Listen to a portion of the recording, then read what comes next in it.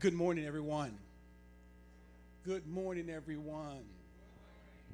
Thank you so much for your patience. I'm Dr. Jones, the President CEO of Wellspring Family and Community Institute, and this is our second conference symposium that we're holding within the last year on epigenetics. Epigenetics is a clinical term, but it has grassroots meaning, and I'm not going to butcher that. I'm going to let the speaker, who's an expert in that area, to give you that definition. I want to thank everyone from Harris County that came out, our community, our church, the members here at Greenhouse International, our staff at Wellspring, and all guests of the community that availed yourself today. It's going to be a two-part symposium. The first part is going to be the speaker, and then the second part, we're going to have panel discussion that will include you, our listening audience, to ask questions, concerns, and field information from the panelists as well as the speaker. But before we get started, I would be remiss not to call up the host and the pastor of Greenhouse International Church to come give you a hearty welcome to get our symposium started. Let's give a round of applause for Pastor Deckard as he comes.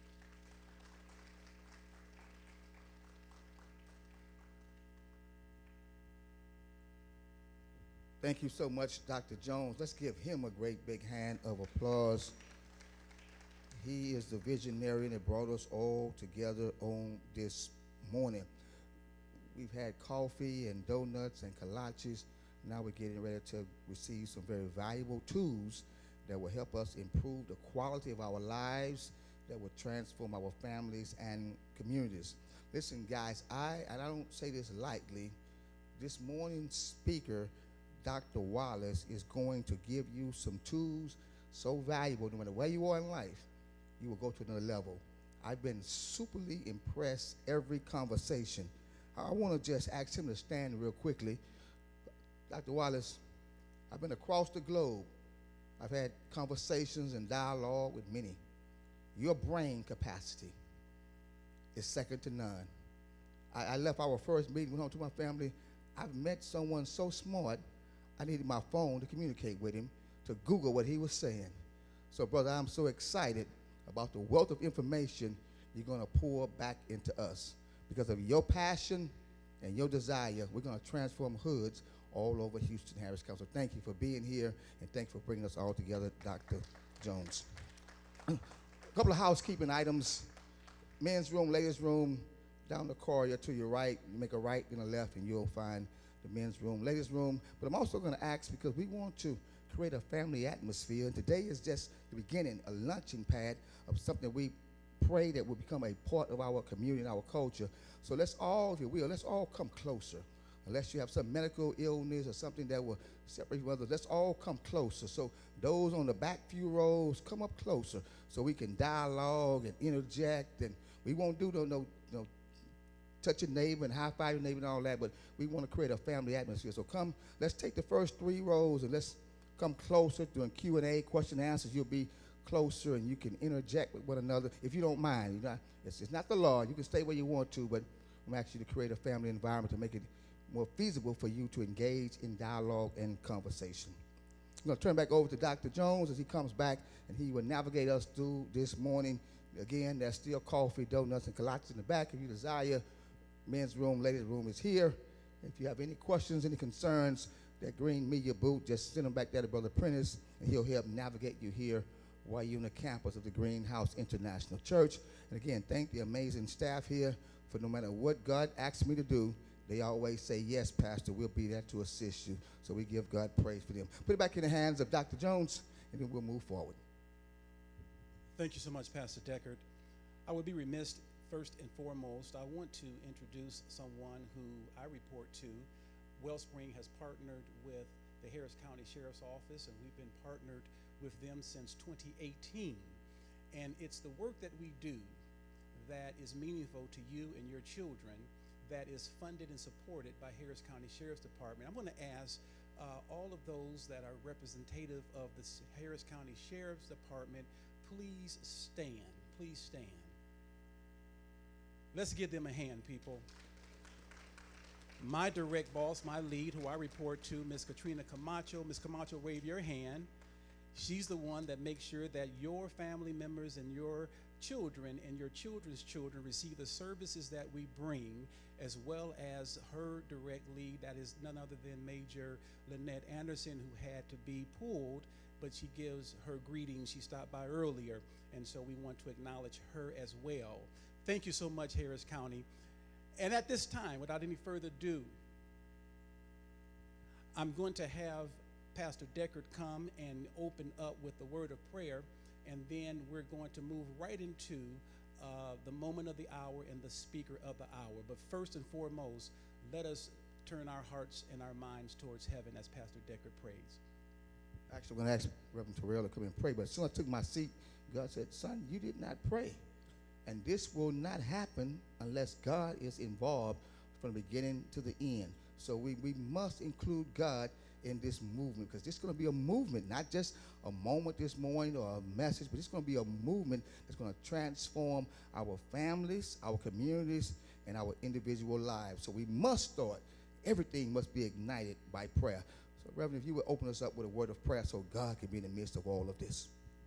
Thank you, Pastor, and thank you for this august assembly of subject matter experts and leaders and constituents that are concerned about the state of our community. It is an honor and a privilege to be with you as we collaborate and strive towards solutions. With that said, let us look unto the Lord. Father, we thank you for this opportunity to gather. Your word tells us that it is good and pleasant when people gather together in unity, and that there is a power and anointing, a byproduct that comes from a united front.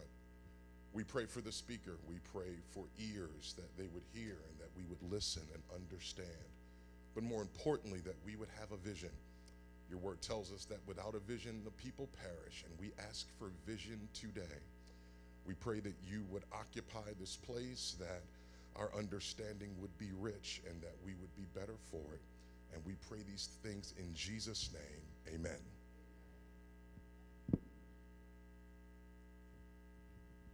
Thank you so much. And now we've come to the hour where we're going to receive information that I believe is life-changing. Our speaker, our symposium leader today is none other than Dr. Rick Wallace. Born in the late 60s to a 15-year-old mother and an absent father, Dr. Wallace was taken in at 9 months by his great-grandparents, thereafter referred to as his grandparents, and they legally adopted him when he was 2 years of age. He was extremely precocious as a child, and his grandmother would add quite loquacious. His grandmother took advantage of his inherited learning ability and his desire to talk. She set him down at the age of 2, switch in hand, and began teaching him the creation story revealed in Genesis chapter 1 through 3. Once he had committed it to memory, I need to repeat that. At a young age, he had committed Genesis chapters 1 through 3 to memory. She taught him to recite it with passion. She then took him from church to church and other organizations, put a microphone in his hand, and made him recite it before the crowd. He became known as the little boy who does the creation story. His affinity with the stage and crowds has never dissipated. Dr. Wallace is a proud father of 13 children, ages 8 to 37. He's been working, people. He happily shares that he considers each one of them a blessing from God. You will be introduced to each one individually through his writings, his videos, and his speeches.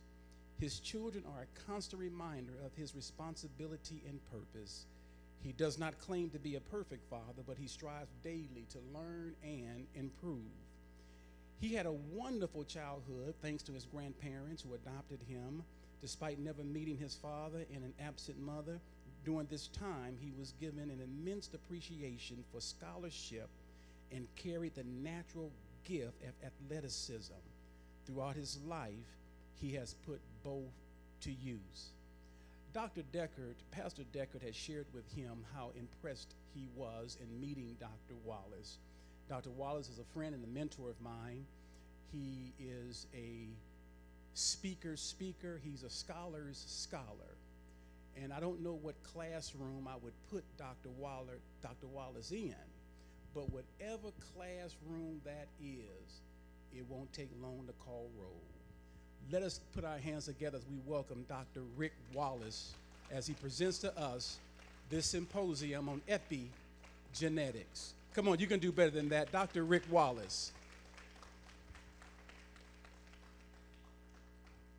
Shady things, Doc. Hello, everybody. So, one thing my great-grandfather taught me was never be the smartest person in the room. So when I hear people talk about how smart I am and how gifted I am intellectually, they haven't met my friends. I got at least two of them in here. One of them just prayed, and you haven't even gotten close to what that guy can do. I have another one sitting in here who, if it's got anything to do with technology, just sit back and hush. None of these kids can come close to what this guy can do if you give him a keyboard, as well as his ability to take analogies and draw conclusions. There are some others, hopefully they will find their way here, but I met Dr. Jones in the cigar lounge. My buddies and my friends, this is where we come together and we collaborate and we have these conversations that you will hear about on some level today. We have these conversations about what you will hear the panel discuss today, and we do it with a passion of not complaining, not sitting there and pointing fingers. I'm not big on blaming anybody for anything, no matter what they've done. I'm more concerned with what can I do to make sure it doesn't happen again. And that's called accountability. And that's what we talk about when we sit down. And so I hear that bio all the time, and it just brings something back to me. And it reminds me that purpose cannot be contained. You can take anything and you expose the purpose, and then you see the power. I thank God that despite not knowing my dad, and when I say I had an absentee father, let me lay the context of that because it ties into what I'm going to share with you here. When I say I didn't know my father, the first time I saw him was in the casket at his funeral. I was 14 years old, and I had all these ideas and these visions and these hopes of aspirations of one day he's going to finally come around, and one day we're going to do this and we're going to do that. And I watched that descend into that ground. And I had to figure life out after that. Thank God I had my grandfather, but it was still a journey. My first book was The Invisible Father, Reversing the Curse of a Fatherless Generation. I've written 26 since then. But that book was cathartic. It allowed me to draw out and let go. I realized that I was literally in my early 30s, and every accomplishment I had ever had was trying to prove to a dead man that I deserved his attention. And it was in that I realized that I had to be what I needed to be. And as he said, I've never claimed to be a perfect father. I'm divorced and never claimed to be a perfect husband. But I love the fact that my kids allow me to be imperfect. We go through our moments, especially when anybody's got adult children know this. We go through our moments where they're not feeling me, I ain't feeling them. But the one thing that all of my kids understand is that if you pick up that phone and call me, I'm going to answer. And God's kind of like that, right? Yeah, all right. God doesn't go, no, I remember what you did last week. Don't call me today. No. But what I'm going to talk to you about is this drive that my grandmother awakened in me with that whole creation thing. She awakened a yearning to know. and I drove her crazy with it. I drove her crazy with it. And the yearning to know simply is you can't give me something and expect me to accept it. Now imagine growing up Christian in a house and all you got is questions. Don't go to that church today, boy, asking all them questions. I'm looking like, y'all know I went and asked those questions, right? Yeah. So the thing is, what it awoke in me, though, is the ability to go down into layers after layers after layers of the truth and not stay on the surface to discover why something happened. So you couldn't just tell me that, you know, blacks are at the bottom of the socioeconomic ladder and leave it with me, because there's a reason. And you can't tell me it's because of X, Y, Z, because that's not going to go. I'm going to go all the way to the bottom. And so in probably 1994, there was a prevailing theme that was moving about, and it was that, hey, at that time, I think it was roughly 120. It's been 120 years. Don't you guys think it's time that y'all get over slavery? And, you know, this has happened and that's happened. Don't you think it's time to get over from slavery? And I noticed that there are a few people that are non-black. Let me explain something to you. This isn't a racial discussion for me, but we have to acknowledge the fact that race exists, that there is a racial caste system, and I'm not one. My son, my oldest son, Roderick, is in here. He's 35 years old, be 36 in a month or so. He'll tell you that the one excuse you couldn't come home from school with was, my teacher is racist. Yeah, she might be, but you're gonna have to get it, because that's all that's out there. So this isn't about an excuse. This isn't about blaming. This is about accountability. And so I'm probably gonna make everybody in here uncomfortable at some point in time, because I'm gonna make everybody accountable.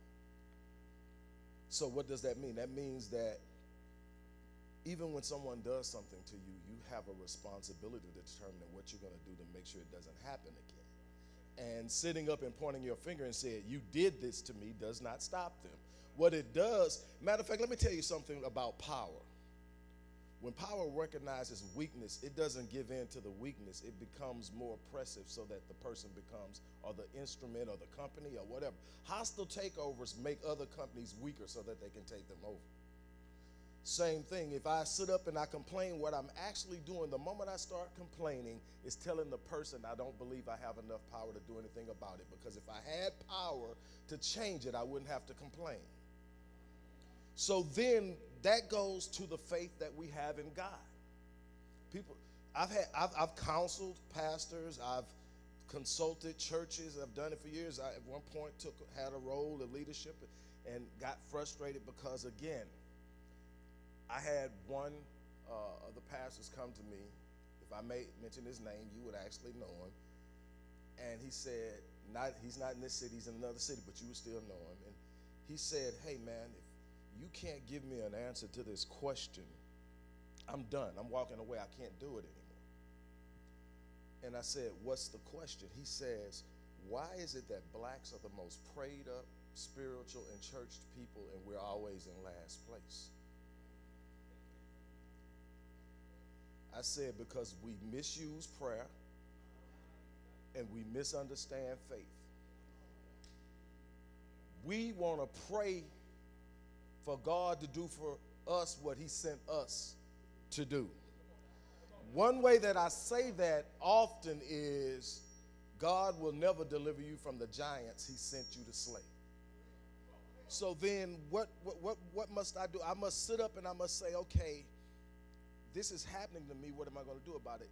The other part of it is we have an idea of God, but we put him in the box that we think he belongs in, and we'll talk about how powerful he is. God is omnipresent. God is omnipotent. God is omniscient. And then the moment we get into a problem, we'll say that we are the children of God. And the moment we get into a problem, we go, oh, woe is me. What am I going to do? I'm like, and my biggest revelation which is what prayer is really truly about if we're going to be honest about this. And I'm not here to give a sermon, but I want to open the doors to understand why we have power to change what we're going to talk about today. One of the most powerful epiphanies I've ever experienced was someone sitting up, and the crazy thing is, this guy wasn't religious. He believed in God, but he wasn't religious. And I'm complaining, and I'm looking, and I'm talking about everything that's going on. He goes, hey, look, man, I thought God was your peeps. I'm like, yeah, God's your peeps. So God is that dude, right? This is how he talking. God's that dude, right? I'm like, yeah, ain't nobody. So nobody better than God. God's your peeps. God got all the answers. I'm like, yeah, God can do it. So you mean to tell me your peeps got all the answers and you here tripping? Say what it sounds like is you don't want to put in the work. I'm like, all right. So then I'm forced into this situation where I have to become aware of the fact that it's no one else's responsibility to change my situation. And again, I'll go back to the point. You don't expect the oppressor to remove or release the oppression. You develop the power to make them want to. And if you never do that, if you never maneuver yourself into a situation, and I'm not talking about hostility, I'm talking about when you can move the way you want to move, you're not dependent upon somebody that really doesn't want to help you. You stop being the photo op for people who are eating off of your back. When you wake up and decide I'm going to do something different. But now let's talk about why we're here today. It's been 150 plus years since slavery ended. Let's say quasi-free. We're going to say quasi-free because one of the things that we have to learn, if we're going to be honest about how we got here, we got to understand the dynamic that brought us to this point so that we can overcome it. And we can't overcome it. We won't overcome it by complaining. We won't overcome it by pointing fingers. While we have a major gap, and that's the reason we're here with our relationship with law enforcement, we have to also be willing to hear both sides and understand why we think the way we think and why they see us the way they see us and why nobody wants to deal with each other. So the first thing is when someone sits up and says, well, it's been 100 and something plus years. When I first started this research, it was, like I said, mid-90s, so it was 120 something years at the time. Now we're talking 150. When you sit up and say that, you are saying, okay, it's been that long. Why are you guys still talking about it? Why are you walking around here doing this? Why can't you get your stuff together? Why are you struggling in academia? Why are you struggling in finance? Why are you struggling in social inclusiveness and all this other stuff, right? And so that would bring about the postulation or assumption that when slaves were quasi-freed in 1865, that we walked into treatment centers for the trauma that we had experienced for the previous 246 years. It would assume that there were no more negative situations that we encountered. It would mean that Reconstruction, the 12 years thereafter, was probably the most dangerous time to be a black person in the South, didn't happen. It would mean that the black codes that said we couldn't own property, we could not start businesses, and certain jobs we couldn't own because we were the skilled laborers, didn't happen. It would mean that convict leasing, which is where we were legally allowed to still be slaves if we were actually found guilty of a crime and put in jail, the precursor to private prison industrial complex, that we were put in jail and leased back out many times to the very plantations we had been freed from. It would mean that redlining didn't take place, urban renewal, benign neglect, mass incarceration, miseducation, and on down the line didn't take place. So in the terms of trauma, what you would have is a traumatic experience which in and of itself has to be dealt with, has to be treated.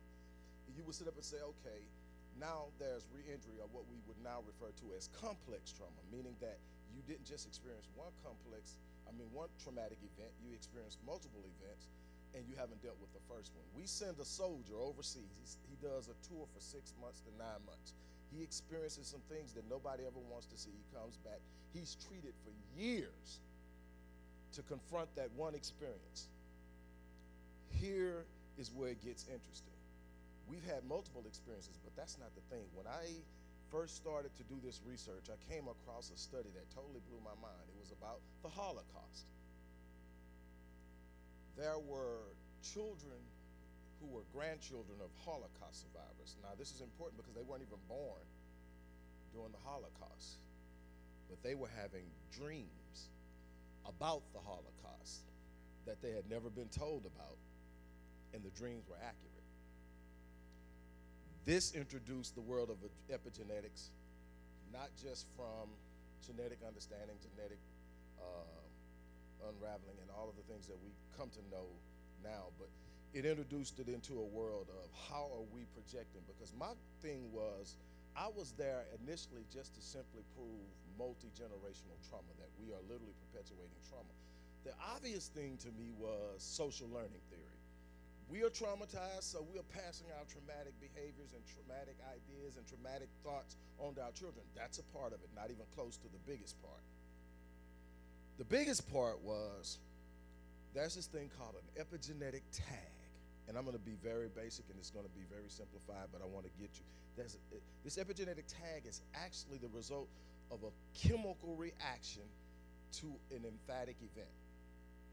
Now, you can have a positive tag. Something exciting happened, you get married, there's a positive tag. That chemical reaction is really the anchor of something positive, the positive emotion. But in the sense of trauma, the body keeps the score. We talk about the cognitive or the thought elements and components of trauma, but we don't realize that the biggest part of what we're experiencing is happening biologically and genetically. So this genetic tag that's created the moment that you experience trauma is actually the memory card of the event. It's locked in, it's there, it's stuck. Now, there are different genetic processes that you can go through that will allow for some of that to be removed, especially through the cellular reproduction in the reproductive system, which is where most of that God designed it to be removed. So you're not constantly passing down these negative tags. It's designed to be removed away when you have the merging of 23 chromosomes from mom, 23 chromosomes from dad. You get these 46 chromosomes that ultimately becomes the next child, which is you or whoever. And it's meant to be removed. The problem is with that is the more emphatic the experience, the harder it is to wash away that tag. So then that tag is there. So you now pass this bad experience genetically down. Now, epigenetics means above the gene, so it's not actually the gene. This is what I want to give you, so you understand where I'm going with this. Epigenetics is this: you have genes. Your genes literally transcribe your DNA. Then, depending on what nerve or what cell it is, whether it's an eye cell, an intestinal cell, a brain cell, it transcribes the DNA. And in your DNA, it's the information for every cell in your body, what it's supposed to do. What your eye color will be, what your hair color would be, what height you're going to grow, your temperament, how you approach all of these things that are biologically predetermined is done through this DNA. This DNA is yours and yours only. Now, what happens is with this is when you have an epigenetic tag, it influences the way the gene transcribes, reads, interprets, and executes the information from the DNA. So then your gene can say, okay, I am an immune gene. I fight cancer. I fight viruses. I fight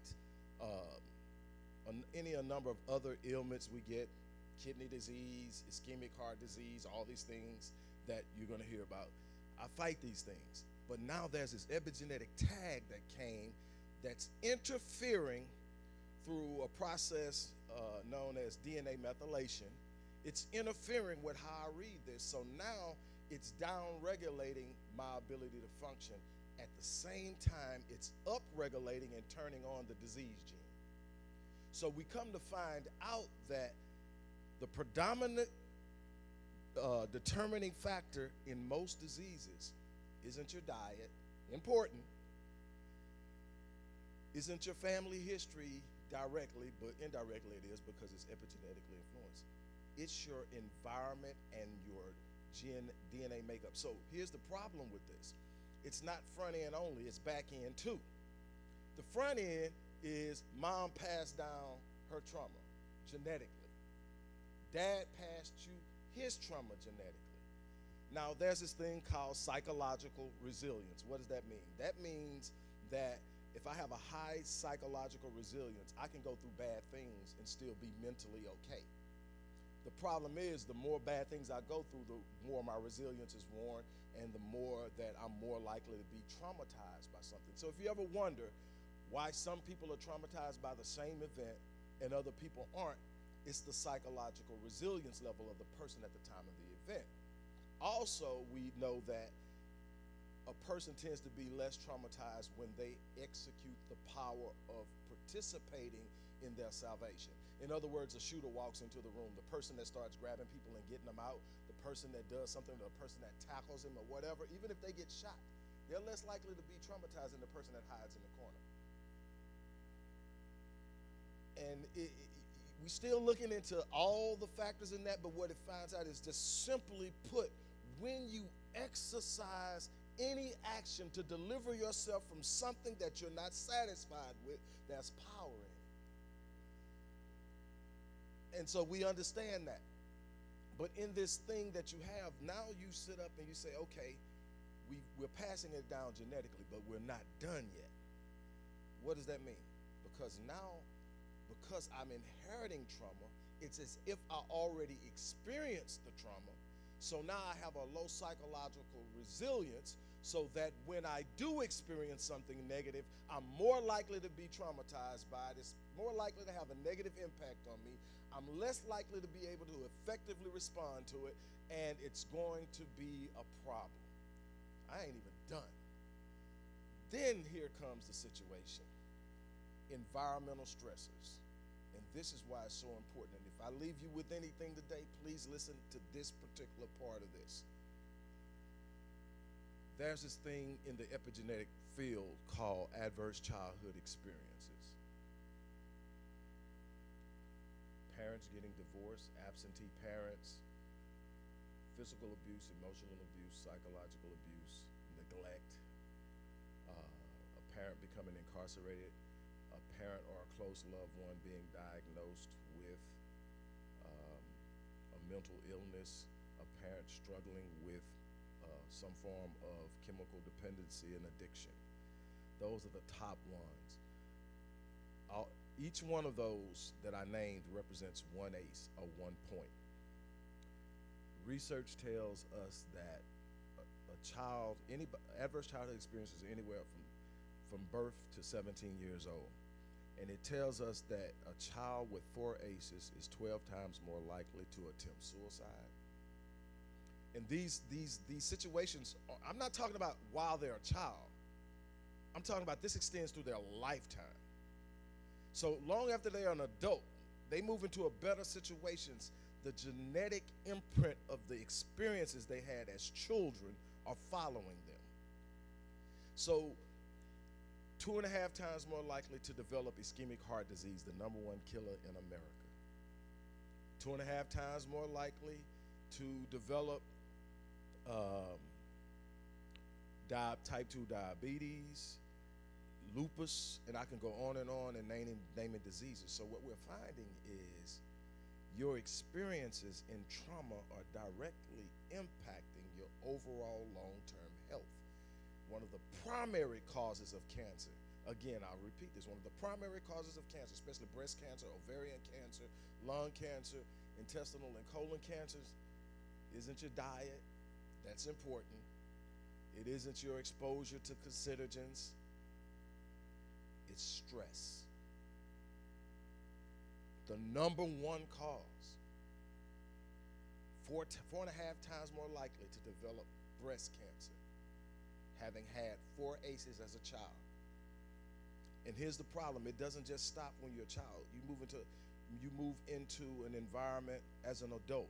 This has been done with identical twins, same DNA, same everything. One is exposed to one situation, the other is exposed to more hostile situations. It doesn't take long. I'm talking about in a matter of a couple of years, they're no longer identical. You can look at them and tell the difference. Life is happening, and it's seemingly out of control. So what I want to do at this particular point is I want to talk about why this is important as it pertains to our relationship with law enforcement. What we have to understand is, and what I need both sides to understand is, there's another side. We tend to have our conversations from a subjective perspective. I only see it from what I'm experiencing, what I see, and what I know. What I can tell you is there's another side. When we get to a point to where we're willing to acknowledge there's another side, marriages will last longer.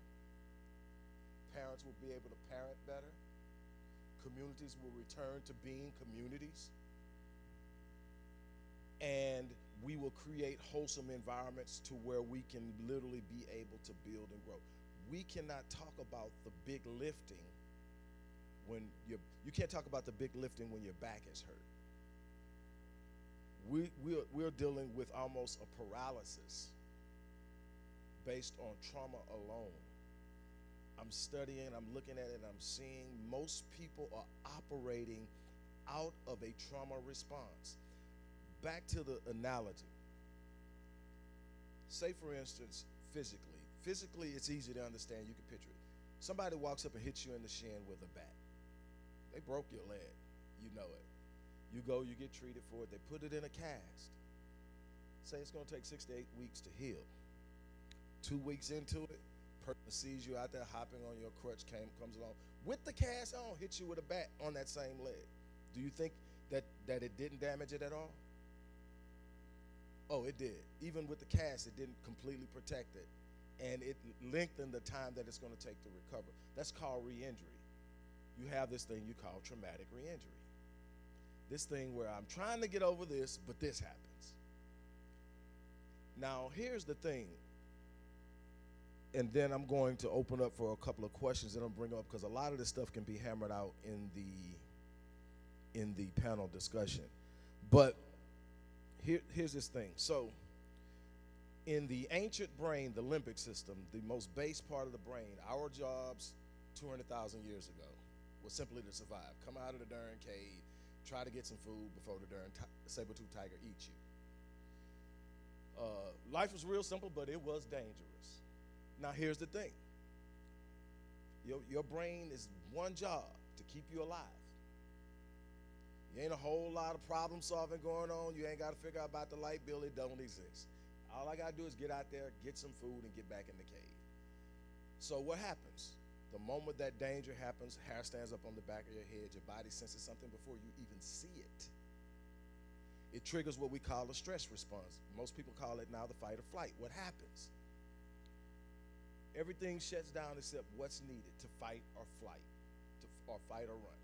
So all the blood flows to the extremities. You run, you get away, or you pick up a stick or whatever, and you fight and you win, and you go home. Once you get home, everything slows down, goes on. So what happens in the fight or flight is two things predominantly. Brain sends a signal to the adrenal gland. The adrenal gland releases adrenaline and cortisol. In small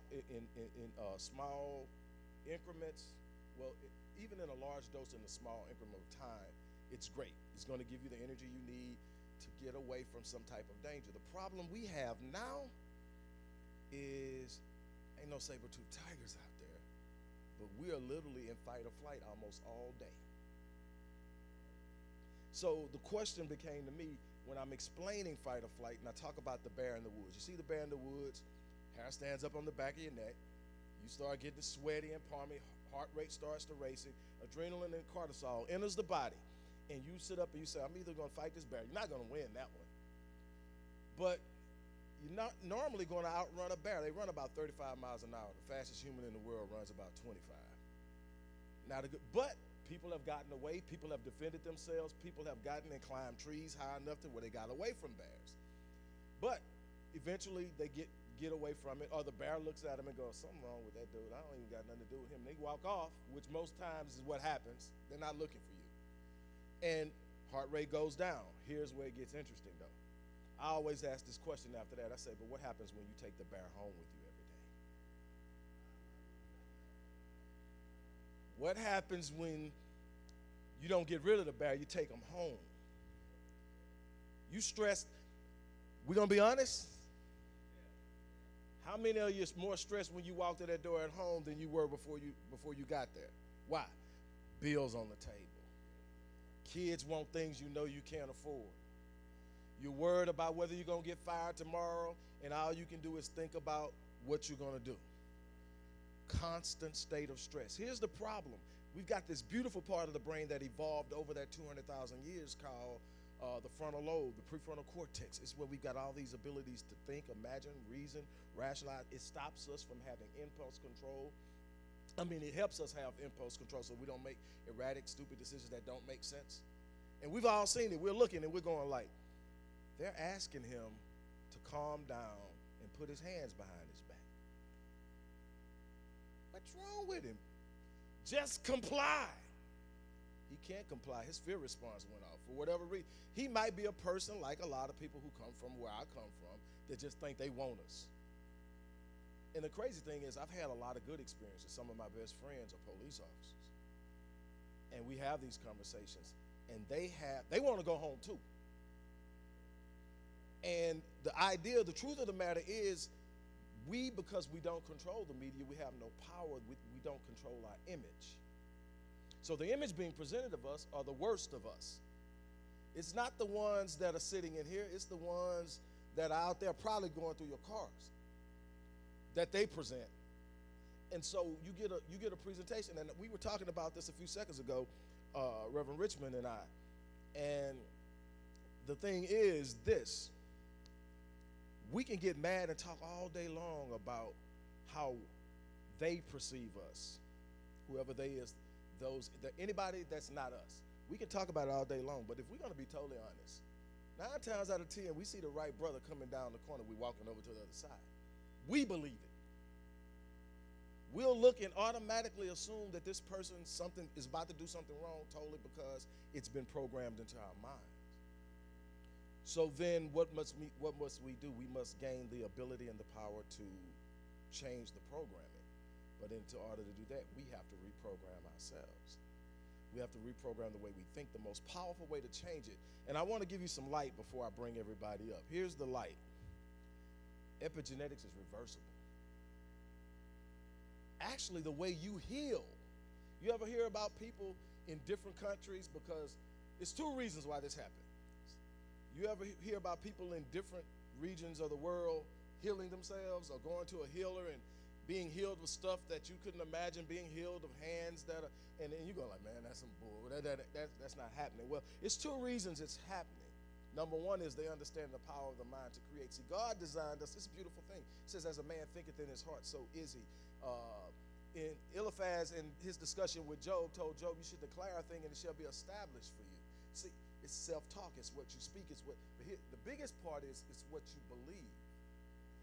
Every time Jesus healed somebody, he followed with, by your faith,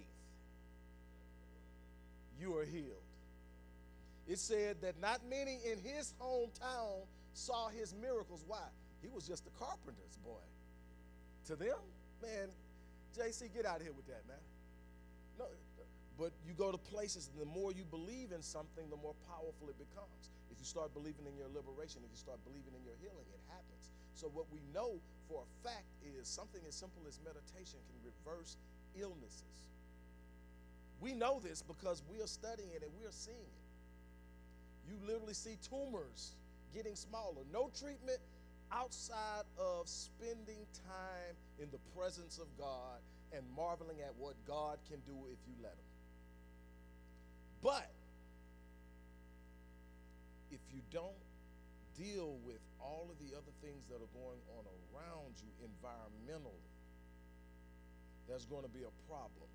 And then, so how do we bridge this gap? Because it has to be bridged. We have to first and foremost start with understanding that, in other words, when someone judges you based on something some dude on television did, how do you feel? When they look at you and say, you got dreads, so you must be the weed boy, how do you feel? That's the same way a police officer feels when you say, because you saw that person do that to that person on the thing, that's how they are. We have to start standing in the shoes of the next person to understand that everybody in here is a human being. There is no one group that's all good and one group that's all bad. And then, because what happens when you start thinking just because they do a job, they're a certain type of way? You start getting disenfranchised. That even works with us ministers, pastors. You're upset because you thought everybody was going, no, we're human. We make mistakes. We are in need of grace ourselves. But when you start sitting up and talking about grace, be willing to give it. And that's both sides. Be willing to give it. Be willing to understand. But again, you've got to be in a place where you want to build something. That's why when I talk to Pastor Deckard, that's why when I talk to Dr. Jones, my thing was, is it going to be something that perpetuates out? Is it going to be something that we're going to challenge everyone to do the work? See, I'm not one that travels to speak to complain and point fingers. I'm one that travels and say, okay, what are we going to do with what I give you? What are you going to do with what I give you? Because that's the same question God is asking. Because at the end of the day, what is life going to be about? Reporting to God and letting him know what you did with what he gave you. Your gift, your talent, your purpose, your responsibility. What did you do with it? Did you squander it? Did you sit there? Dr. Miles Monroe used to always say the wealthiest place in the world is the cemetery. You find books not written, companies not started, relationships not healed. Everybody's sitting on their gift. Everybody's sitting on their potential. Everybody's sitting there talking about what's wrong, and nobody's doing anything to change it. I could go all day about epigenetics, but what I wanted you to understand is there's something happening in your body that you need to know is there, and you need to personally start looking at ways to get away, spend more time with God. But also in spending time with God, trust what God is capable of doing. But most importantly, believe in your design. See, your design is that to do exceptional and extraordinary and phenomenal things. Your design isn't simply to become a default existing person in this world. I'm just trying to get through it. I'm just trying to make it. One of the biggest problems I think we have as a people, specifically us, is we relied so heavily on God to get through some of the most traumatic things you can possibly imagine that we became so heavily focused we lost our purpose on earth. We just want to get to heaven. But if that's all it was, if it was just about getting to heaven, the moment you became saved, God would say, come on. But that's not what happens. What happens is you're left here to take what you've been given in that salvation and do something with it. And no matter what you believe, I don't tell people what they should believe. I tell people you better find your connectivity to God. You figure that out, because I got my own thing I'm trying to work on. And I don't have it all figured out. I don't have it all worked out, but my thing is this. I know that I was designed for a purpose, and in that design, the healthier I am, the better I am, the stronger I am, the more focused I am, the more resilient I am, the better I am, more capable of reaching out and helping people. This is what I leave you with. Tomorrow will only be better if you make it better. We talked and this is a good time to do this, because the last 2 months before the year and the first couple of weeks of this year, this is going to be my year. Hear that every year, only to see people doing the same thing they've always done, and they wonder why. Here's why. It is only going to be your best year if you actually invest in making it so. This is only going to be a great life if you invest in making it so. It means pick up a book, read it, ask questions when you read it. The very thing that got me in trouble in church all the time. Well, why did that happen? And if God is over there and over here, how is he seeing both things at both times? And can you imagine the pastor trying to answer that? Most didn't have the answer, but the thing is, I ask questions, and every time I pick up a study, every time I pick up a book, every time I sit down and get ready to write, I ask questions. And we have 3 questions that we're going to sit up and attempt to address here that I think is immensely important to the development and the progression of building something here that transcends just this area and really starts to be something I want to see it. My vision has always been to see a healing of the land. And what I mean by that is every community, every inner city community, regardless of race, where people are suffering, where people are hungry, where people are homeless, where people are not experiencing everything, and a lot of this is driven by capitalism. We'll talk about that a little bit, I'm almost certain. But here's the thing, my goal is to literally walk into communities and teach people how to solve their own problems. You can never expect a person who benefits from your demise to solve your problems. You starting to look. I went to pick my son up and rode through, in the process of going to get him, rode through an old hood. And when I say hood, and I saw people on Treks, Cannondales, and anybody that rides a bike know what I'm talking about. These bikes are $2,500 and up. And they're riding around the neighborhood. I'm like, what the? And then guess what happens to the people that are in that community as they gentrify? It's called serial forced displacement. We're consistently being moved and dispersed. It's not like they gentrify our community. Say they're gentrifying here. Here I come in. Say they're doing it. It's not like everybody in Greenspoint is going to pick up and move to a new community. We're going to disperse. And the loss of community, the loss of connectiveness, and I'll tell you one way I see it right now, and anybody that's over the age of 45 knows what I'm talking about. When I grew up, everybody knew everybody. My parents were the strictest parents on the street you could imagine. They're my grandmother's parents. So yeah, you know, they're strict. But I could be 5 blocks over in somebody else's yard, and their mom could be the easiest going, let their kids do whatever they want to, come out on that porch and see me doing. Rick Wallace. Miss Wallace, I know she don't know you around here. Do you want me to go around there and tell her you around here doing that? And now she let her kids do it, but she knew that I couldn't do it, and we held each other down that way. You didn't hear about somebody's lights getting turned off because they weren't going to let that happen. You didn't hear about nobody starving because I done seen my grandmother go in that deep freezer many times, pull out food. But what happens when you move into a neighborhood, nobody knows you. And nobody knows. I've seen them say, what's your neighbor name? I don't know.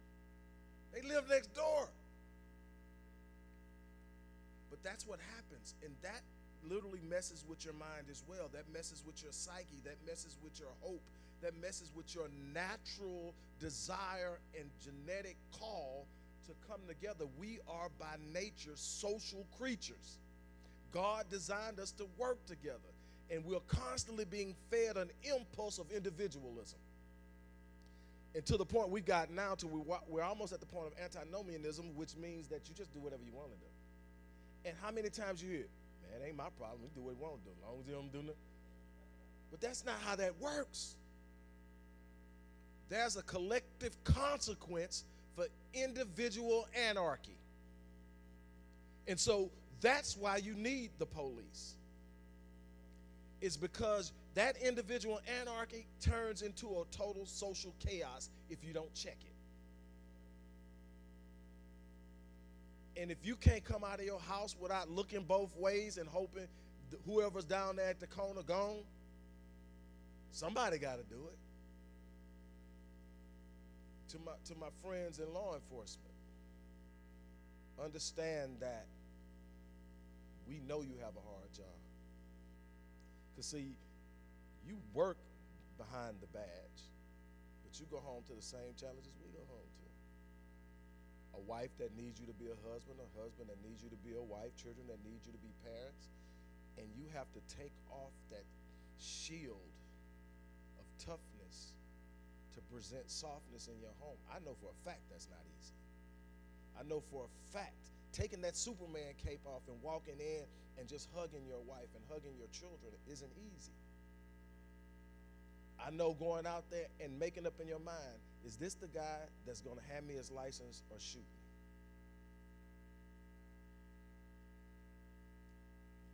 And if you never lost, I've lost police officer friends. If you've never seen that happen, you can't understand why they're edgy. I'm not making excuses for either side.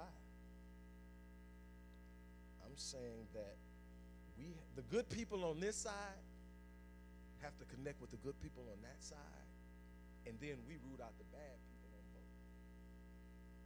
And that's how you build. So before we get ready for the next phase, I know I went over a lot of stuff real quickly. I just don't want to drag. I could talk about this epigenetics alone for about 6 hours. And so I took about 30 years and broke it down into 30 minutes. But are there any specific questions pertaining to what I covered here? And if not, you'll still have another chance to ask questions once we get the panel started.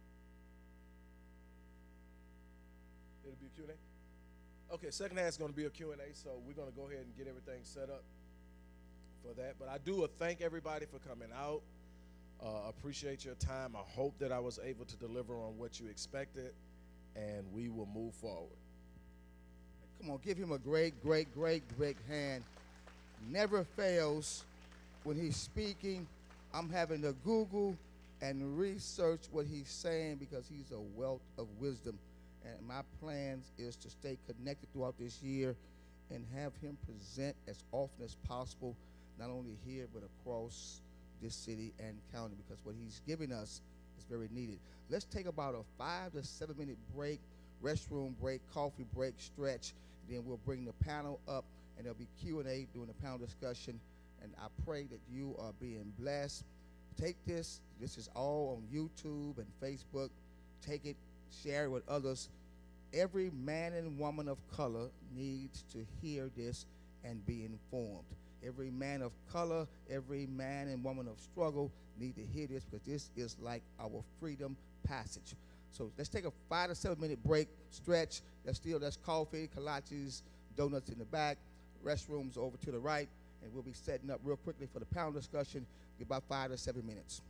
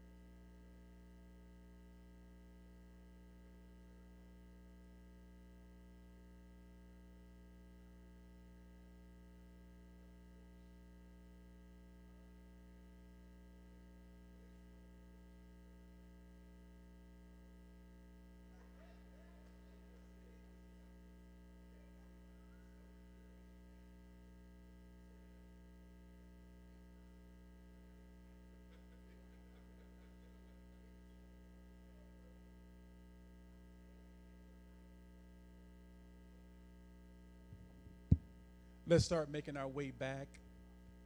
Let's start making our way back to the auditorium.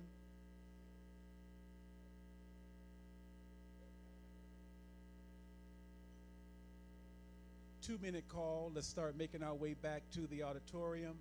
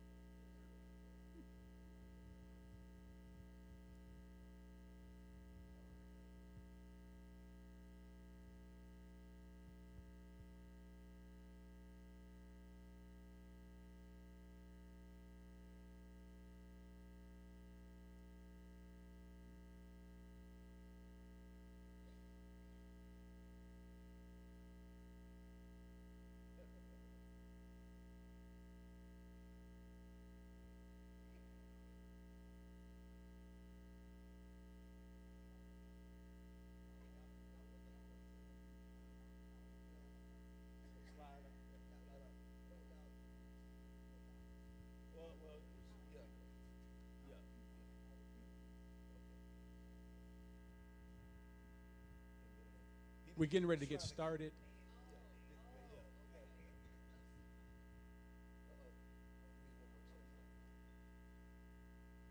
No, we did just 6.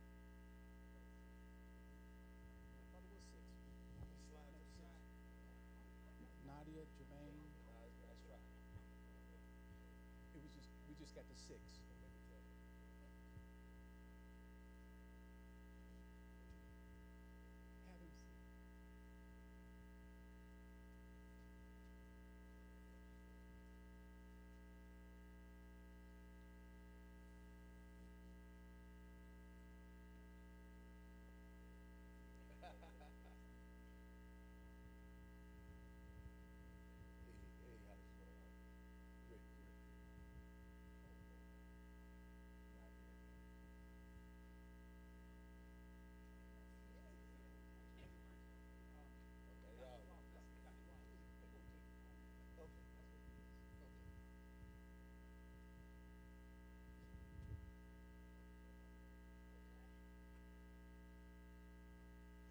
Okay, we're going to get started with our second half. This is the Q&A part, which is the most important of our symposium. I want to thank everyone for coming out on this Saturday. As you know, the weather has been inclement over the last 3 days, and I was just praying on last night that that front did not continue through this morning, because it got awful nasty yesterday, but we got dry ground and no rain. So I want to thank you for pressing your way out today on a Saturday. I want to get that out to you first and foremost. Now, here's the most important part of this symposium, and that's you, our listening audience. I want to know if we could put up question number 1. Let's get research question number 1 up on the big screens. But first and foremost, I want to introduce our panel.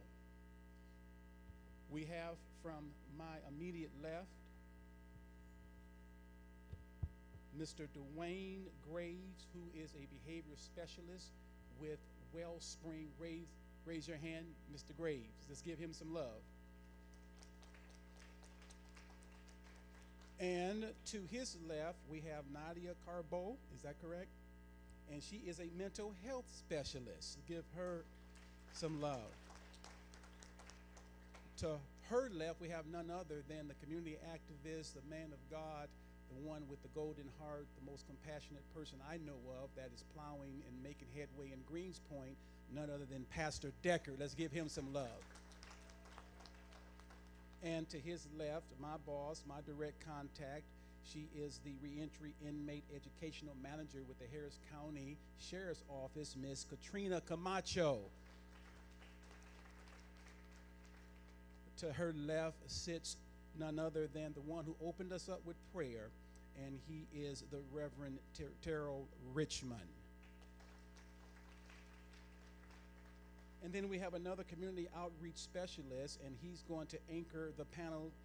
That is none other than Jermaine Parker. Mr. Parker.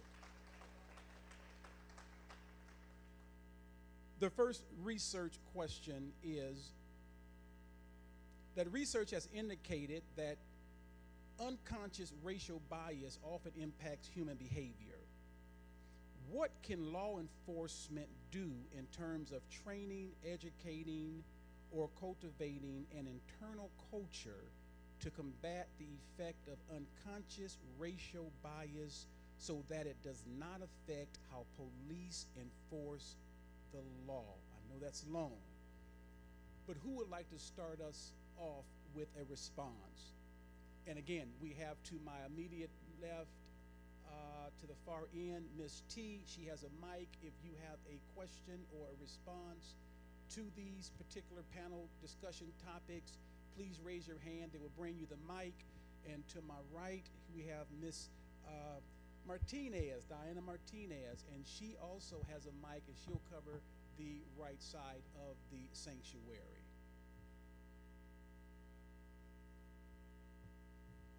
I'll start, if you don't mind. As I was sort of meditating on the question, I think the operative phrase is creating a culture. And I'm obviously going to have a bibliocentric sort of lean or lens to the question.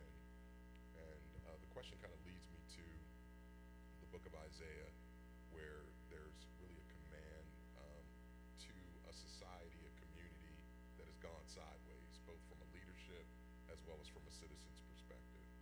And the direction that God gives the prophet is to learn to do good, correct oppression, and flee from evil. I think the notion, and I'll wrap this up real quickly, is that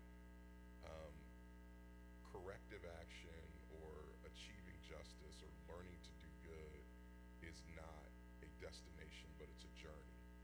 And we have to create a culture at all levels of government and all levels of community that we are committed to learning to do good. And learning to do good means I'm taking in new information, I'm taking in new data, new insights, so that I can perpetually adapt and change even some of my biases or prejudices or preconceived notions so that good outcomes can occur.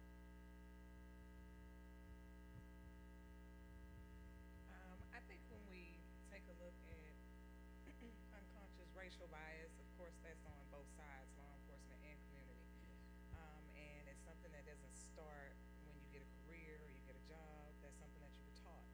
So when it comes to the law enforcement side and the community side, it's something that we need to look at, reevaluate in ourselves, and do something different.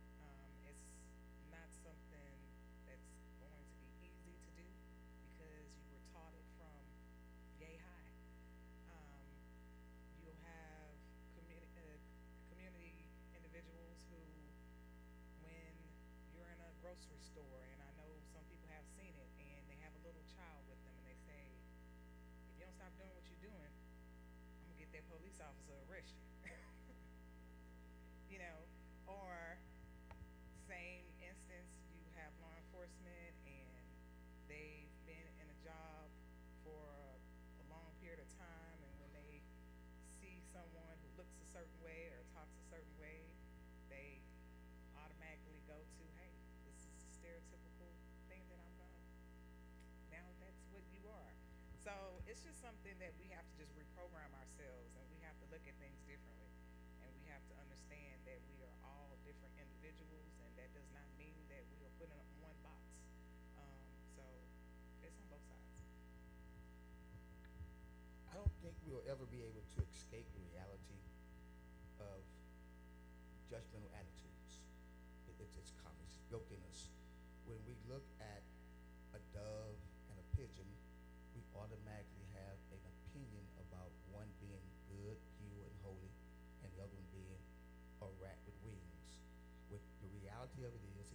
research the species of birds, a pigeon or dove is the exact same bird. One just comes from a different orientation and looked at as a negative being, and one looked at as a pure being. I'm not going to say it's racial because one is dark and one is light, but I will say that we look at a pigeon as a bird that hangs out under the bridge in the hood, and a dove flies free in the country in the wide open. You do the breakdown for yourself, do the research, but they're the exact same bird, just viewed differently. So we have these built-in prejudice just because of who we are. But at the end of the day, we must become accountable. We must become accountable to ourselves, our families, and our communities. And if we do that, then we can, as I think it was Rodney King once said, then we can all just get along. Anyone else on the panel want to address that? We have time for one more panelist. From a mental health perspective, when it comes in terms of, it says the unconscious racial bias, it's important to do a lot of self-assessment and be aware what that entails, because a lot of times we are not aware of what our bias is, and we've been conditioned to behave in a certain way. So really, number one is knowledge, and then that willingness to be able to modify the behavior, and then holding yourself accountable and continuing to modify the behavior. We have what we in the mental health field as far as conditioned behavior, and if you're brought up in a certain way and those biases have been embedded in you, it continues. And the only way that you can modify those behaviors is being self-aware of it. And it's almost remind me of when, in just any kind of field, we have what's called a continuing education.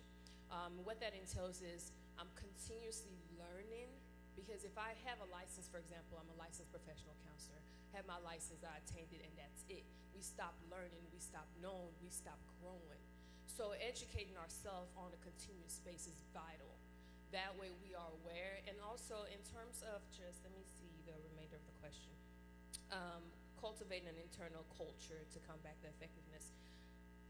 Training, ongoing training, awareness and willingness, and I think that's pretty much what I have to say in that terms. Mr. Graves. Dab real quick into it. So with regards to the two words that immediately jumped out at me are unconscious and internal. So the unconscious part, it's almost like a silence. And because of that silence, we have pretty much a silent response. Things become understood and accepted. I think really one of the ways to counter that is to turn how we develop, how we respond to this from the outside in. Meaning, if we want to create a different type of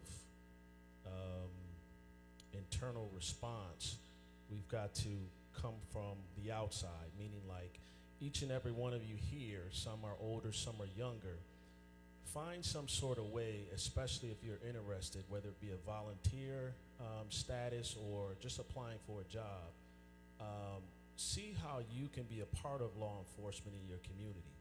So in turn, your views, your ideals, your understandings will affect those that are already in law enforcement, that respond to things in a way that they don't understand, in a way that you understand.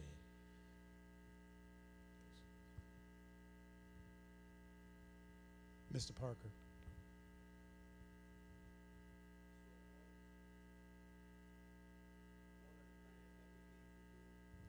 Turn the mic on. Can you hear me? One of the things we need to do is just practice sensitivity training with law enforcement, and we need to engage the community a little more. So when they have victims of violence and certain things that happen, balloon releases, funerals, that's a time to actually, for law enforcement and the community to come together and establish a relationship and meet each other with empathy, a respect for one another, and that's how we can change the narrative of us being scared of the police. And we just have to come together and treat people as people. You as a police officer, that's your job. That doesn't describe who you are as a person. So meet us as one-on-one, as man against man, woman against woman, man, and that way we could treat each other the proper way, we can engage each other in the proper way, and then we could close and change this narrative. Let us put question 2. That's a good segue into, Mr. Parker, the second question, and I'm going to put that up on display. This question is for you, the listening audience, the community. And the question is, in what ways, if any, have the grand jury decisions not to indict police officers in highly publicized cases of police brutality changed the urban community's perception of the legal system? We want to hear from you now, the community. What perception does your neighborhood have? What perception do you have? What perception has been shared with you as to the way police are viewed in your community? Raise your hand. We have some walkers with the mic. We have one here.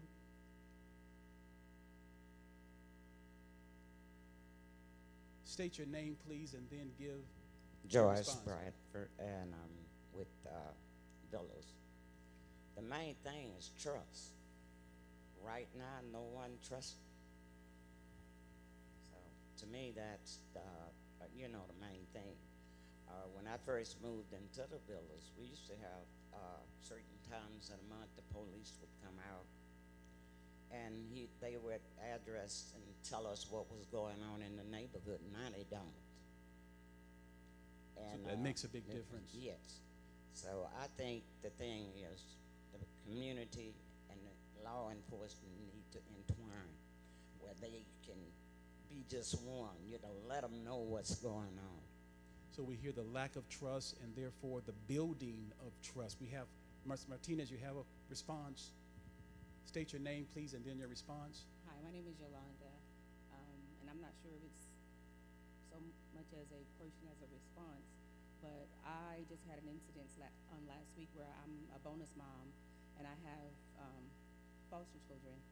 I purchased a home in the neighborhood that I grew up in 53 years ago, and I called the police department because 2 of my girls ran away. I'm driving around the neighborhood behind these girls for over an hour and 30 minutes. I called the police 6 times. They never showed up. They asked me descriptions, they asked me lots of information, everything. The police department is maybe 6 to 8 blocks from my home. Police never showed up. I called them the very next day, 9:30, 10 o'clock, they show up. How do I trust? Because I'm all for the police, because I'm one of those people, the first time something happens, that's who I'm going to call. But they did not show up. This happened about 7:30, 8 o'clock at night. No one ever showed up. These girls walked the neighborhood until the next morning. So we do have representation from Harris County, and I'm sure that your concern and that situation is duly noted, and hopefully there will be someone that you can connect with or will connect with you before you leave today. Someone on this side had their hand up. So my name is Mackenzie Willis.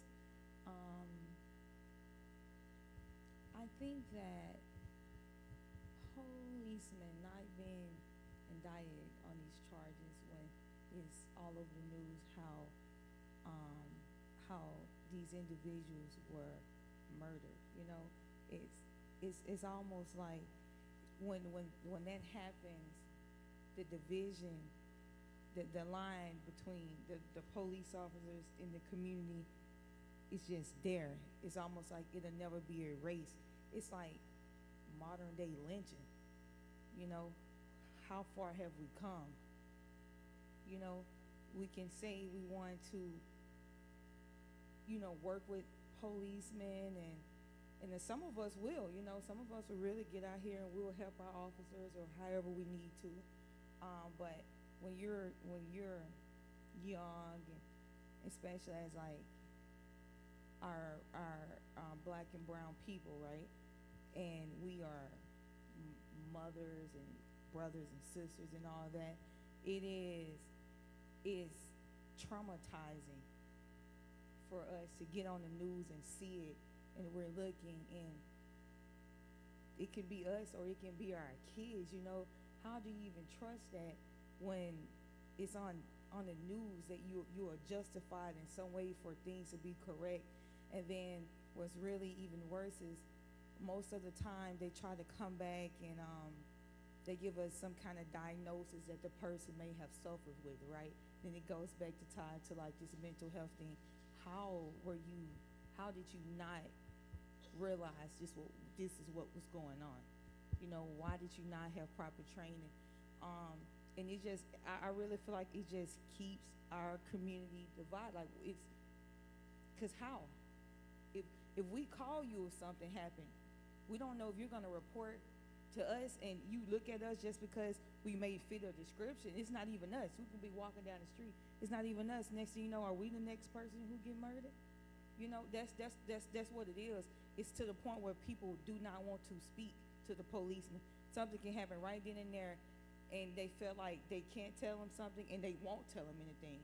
But then we have these high crime rates that need to be addressed. And so definitely, as she has shared, perception can be reality, correct? One's perception can be reality, and the media definitely, when you're bombarded with some of the images and some of the sound bites over and over and over, it does tailor and shape one's perception, and that's something that we have to address.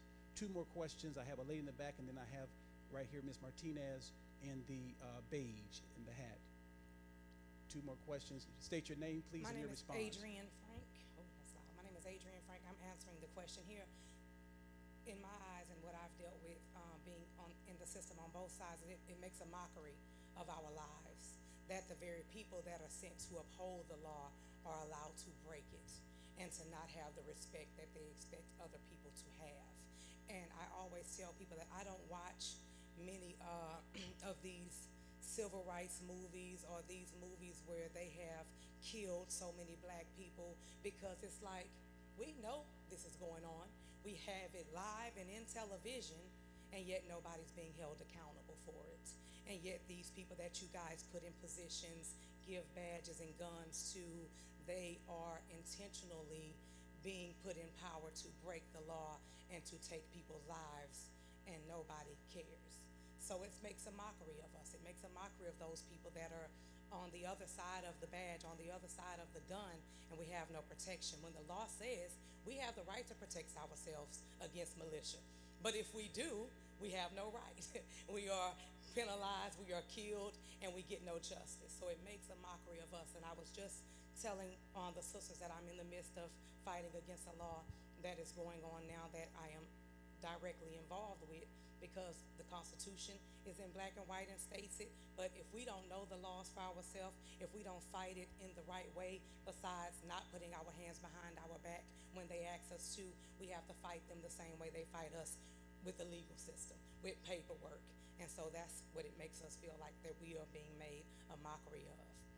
And so as you can see, there's a myriad of attitudinal and dispositions within our community. One last question on this.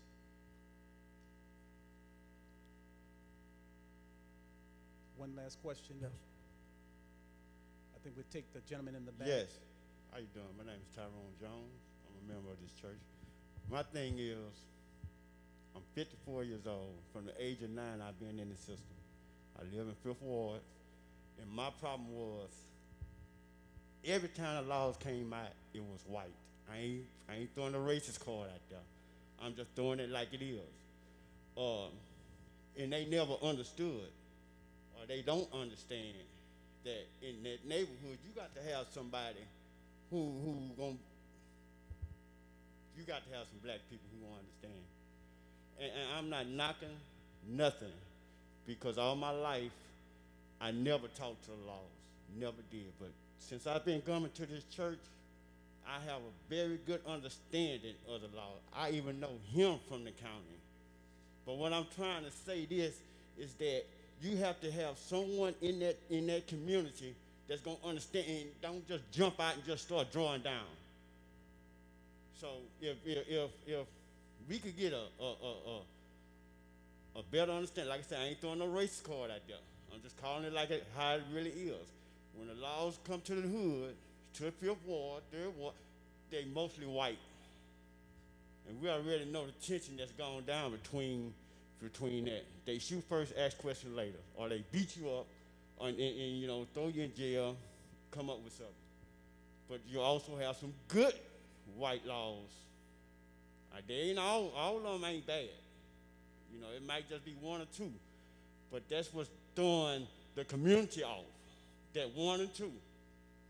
That's what's doing it. So if you could get somebody to just understand the community you in, because you better could go to River Oaks and see a black law around there, or Mexican. You're gonna see white laws over there. But you go to the hood, you're gonna see the opposite. That's all I'm saying, man, you know. Thank you. Dr. Jones. Yes. At the end of the questions, I want to jump in. Okay. We have one last question, then we're going to turn it back over to the panel.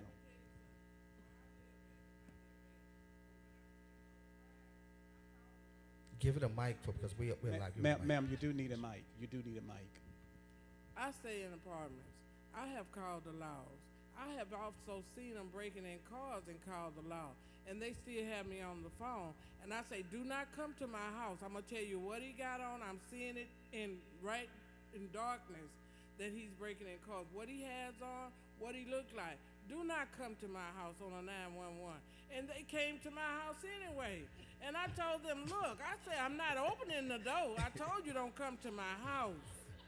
I told you everything he had on, that's the guy. And what his hair looked like, everything. And still knocked on my door. No. Okay. Now we're going to turn it back to panel. You have heard, though some may have come forth facetiously, but it was honest and it was their truth that they spoke pertaining to their own involvement with their community. Is there anyone on the panel, you've heard 4 to 5 people speak from their own dispositions. Any response, any narratives? Yes, I do, and I want to start off with the precursor of saying I am not a law enforcement apologist, but I have evolved into this person now that works closely daily with law enforcement, with Bloods, Crips, gangbangers, murders, because I've understood now that we're all the same. We may wear different uniforms. So I'll backtrack real quickly. If you go back and look at any footage of any protest against law enforcement in Houston, Harris County, you will see me out front leading because I was part of the planning process and the protest marches for a long time. That's what I was known for, being out front. And while everybody was saying blank the police, I wasn't saying that phrase, but I was right there leading the protest against police.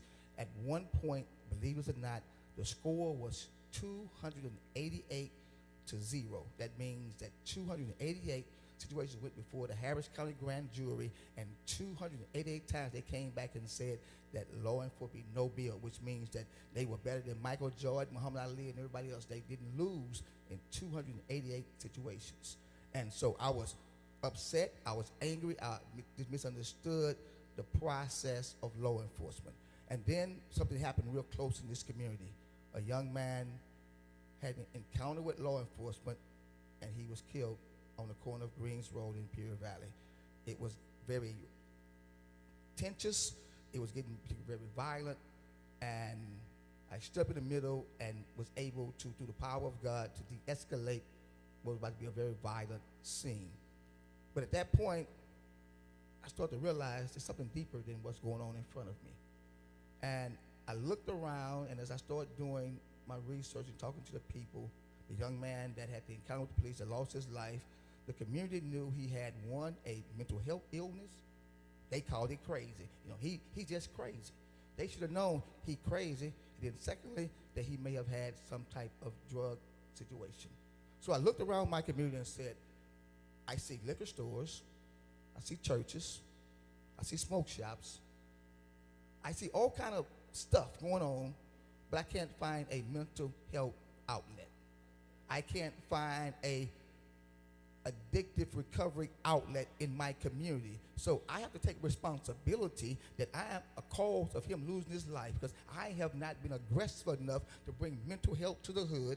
I have not created any outlets for someone with addiction to get recovery. Instead of saying she's crazy, no, let's find a situation that she can walk through a door and get the help she needs. So we are ultimately responsible for our communities. So now, then once I had that revelation, then I started engaging in real hard conversation with law enforcement in my community. I asked them to invite me behind the doors so I can be at the table to not just talk about you, but talk with you. Now we have created a system where our voices are heard behind the doors, and I understand, like, I want to go home to my grandkids, they want to go home to their grandkids. So they're not the devil, they're not monsters, they are people who've taken a job. And then let me answer the question also again. I'm not a law enforcement apologist. There are budget restraints.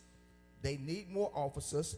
They don't have the budget to hire more officers either in HPD or Harris County. So when we make a phone call to them, it's by priority. If someone's life is at risk, they answer quickly. But property damage and the things that we're talking about, yes, they're important to us, but you got to understand, if there's not enough officers on the street, they have to prioritize when to show up and where to show up. It's not they don't care.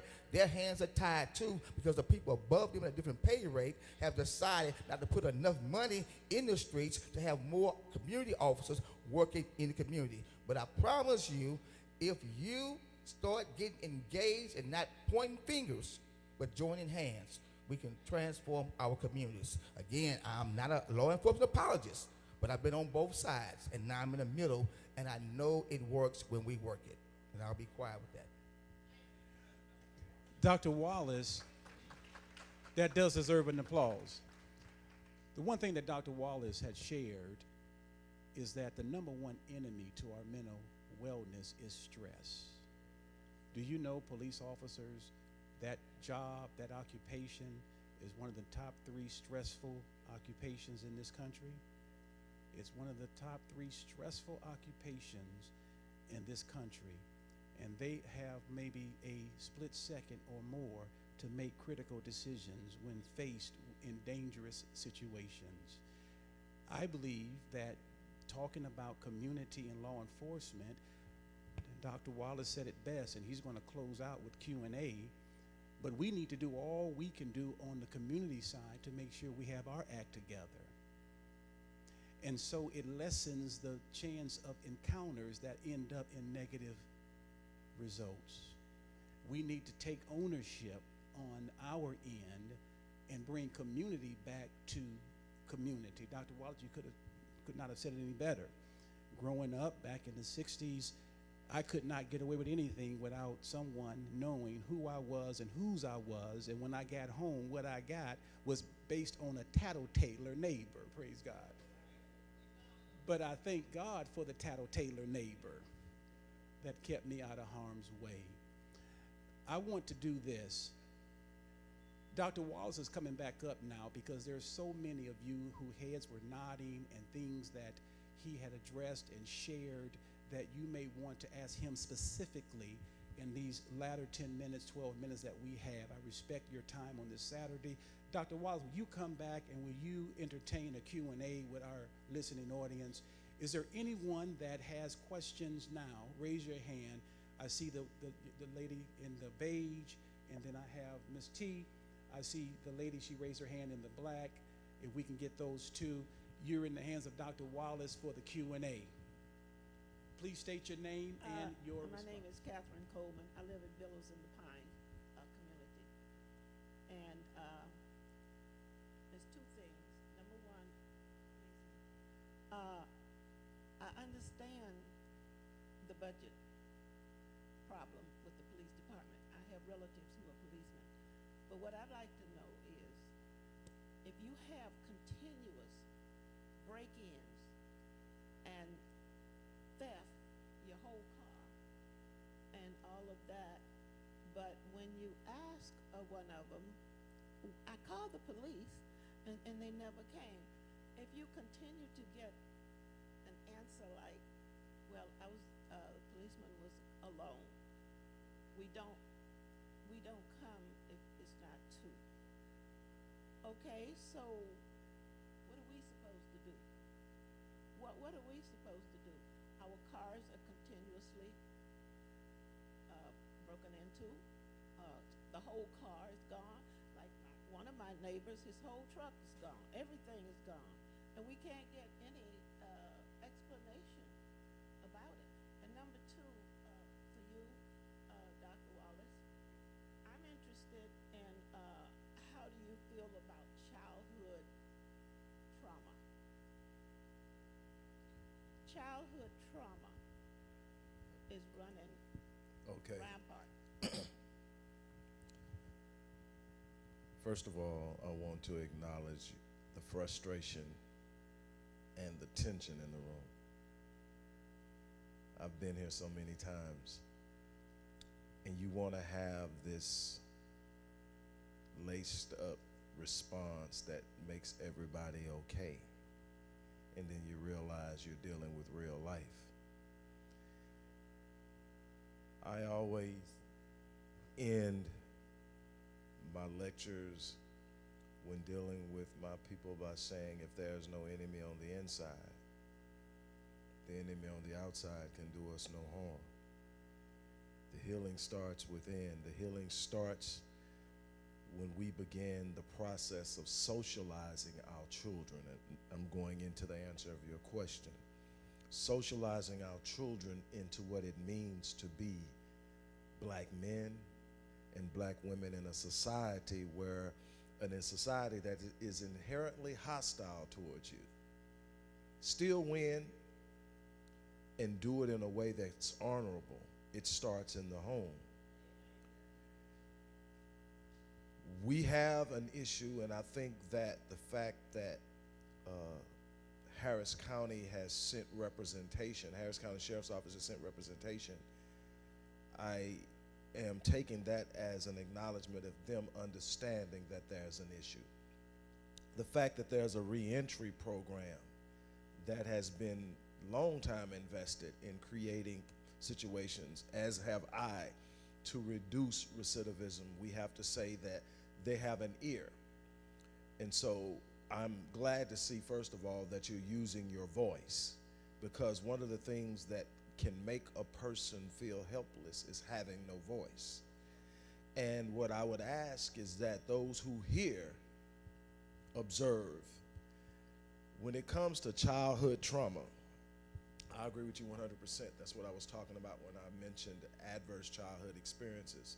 Childhood trauma isn't simply the traumatic experience that a child is going to undergo. It is the long-term impacts of that trauma that play out well into adulthood through implicit memory, through suicidality, and all of these other things that we see in hyperviolence.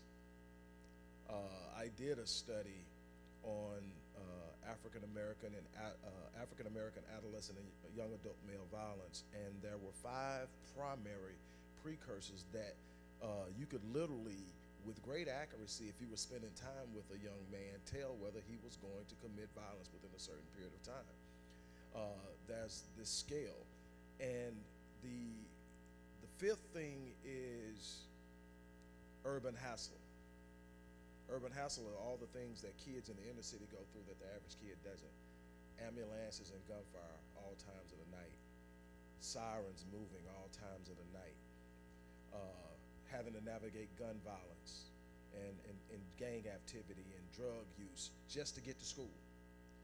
These are what you call urban hassles, and it goes on and on. And if you're on the East Coast or in the Midwest, L trains all time of the night running by. Urban hassle. Well, it makes you edgy. The second one is being a witness to violence. Witnessing violence desensitizes the neurological makeup of your conscious, which tells you it's wrong. You see it enough, it becomes easier to do it. Being a victim of violence. People hit you enough, and if we're honest, we've trained our kids. When something doesn't go your way, hit. Why? Because every time they didn't do what we told them to do, we hit. And I know a bunch of us saying it worked for me. No, because you're hitting. Is there a way to deal with that? Does it mean you don't discipline? Absolutely discipline. Absolutely. My son is looking over there like, I know this dude is not sitting up there talking about not hitting nobody. But I learned.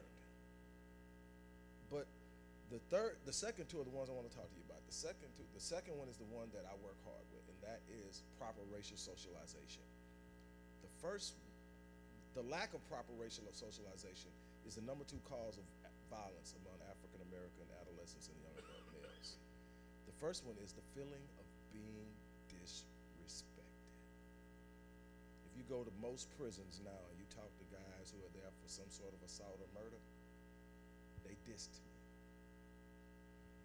And then the problem is, because they weren't properly racially socialized, they don't even know how to define disrespect.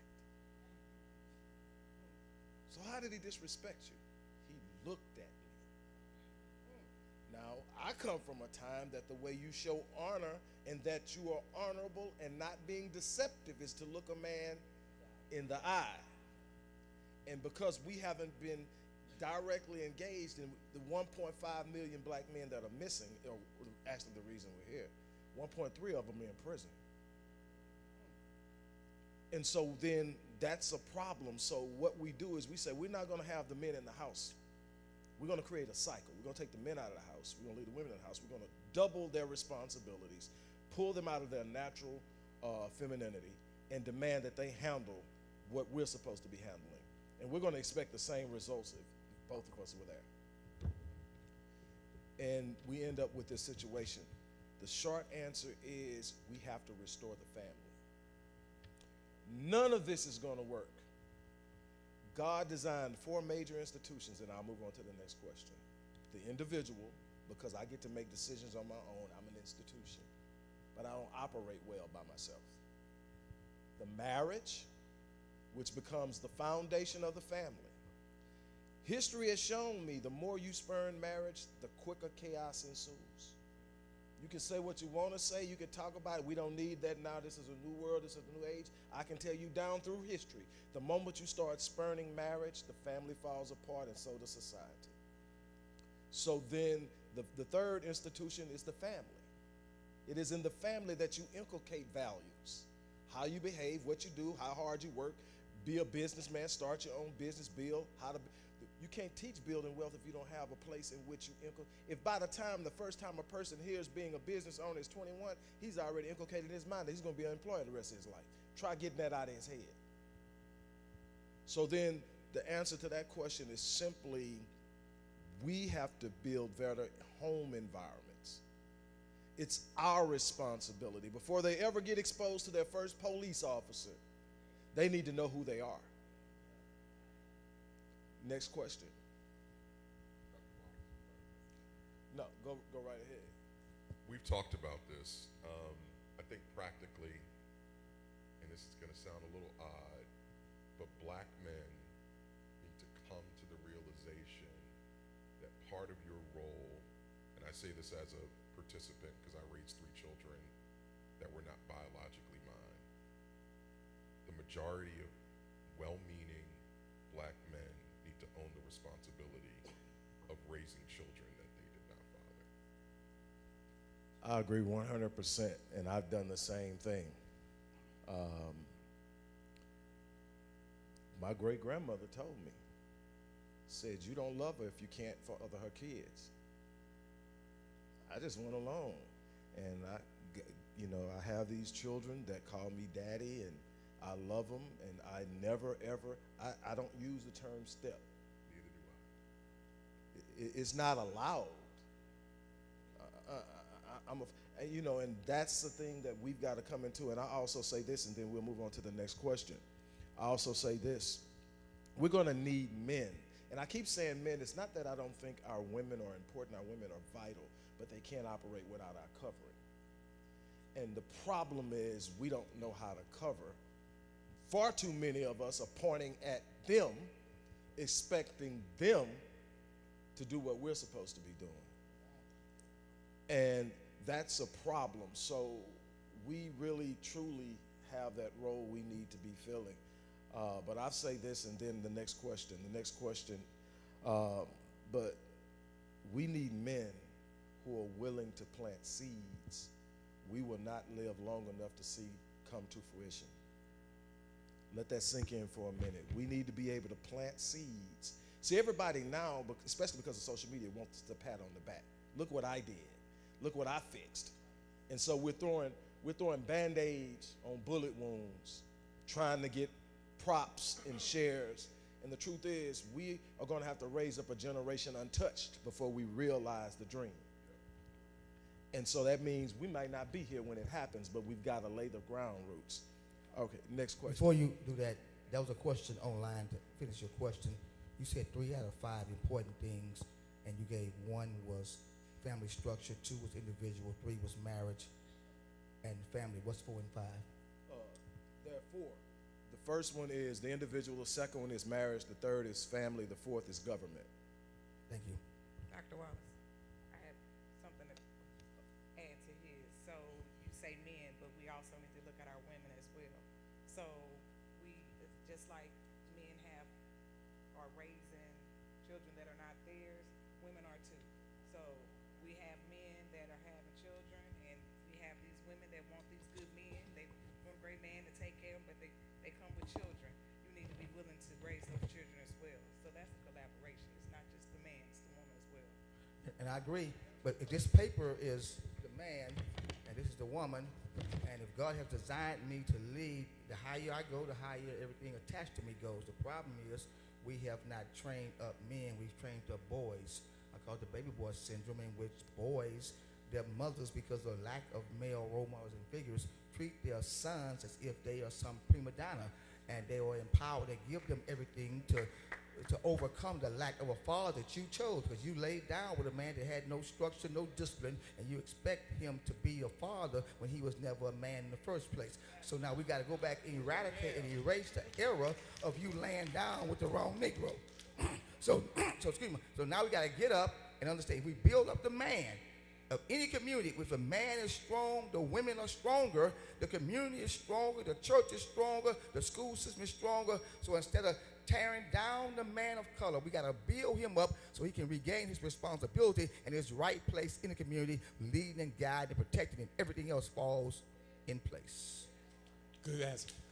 Dr. Wallace, we have question number 2 from the community. Question number 2. Okay, so the question is when it comes to involvement. So it actually happened to where it was 2 soldiers, and one was a white guy, and he was, when he got out of the military, he applied to be a police officer. When he applied to be a police officer, he had a background, a misdemeanor A, assault case, right? So when he went through his process, they asked him to sign a waiver, and I guess he had to explain, whatever may have you, but having that misdemeanor A assault 15 years prior, before his military time and everything, he got the job. He's now a police officer. It was said. So another soldier actually did the same thing. Got out of the military, but she was a black female, and so she also has a misdemeanor A for assault that happened 24 years ago, but couldn't even go to the academy.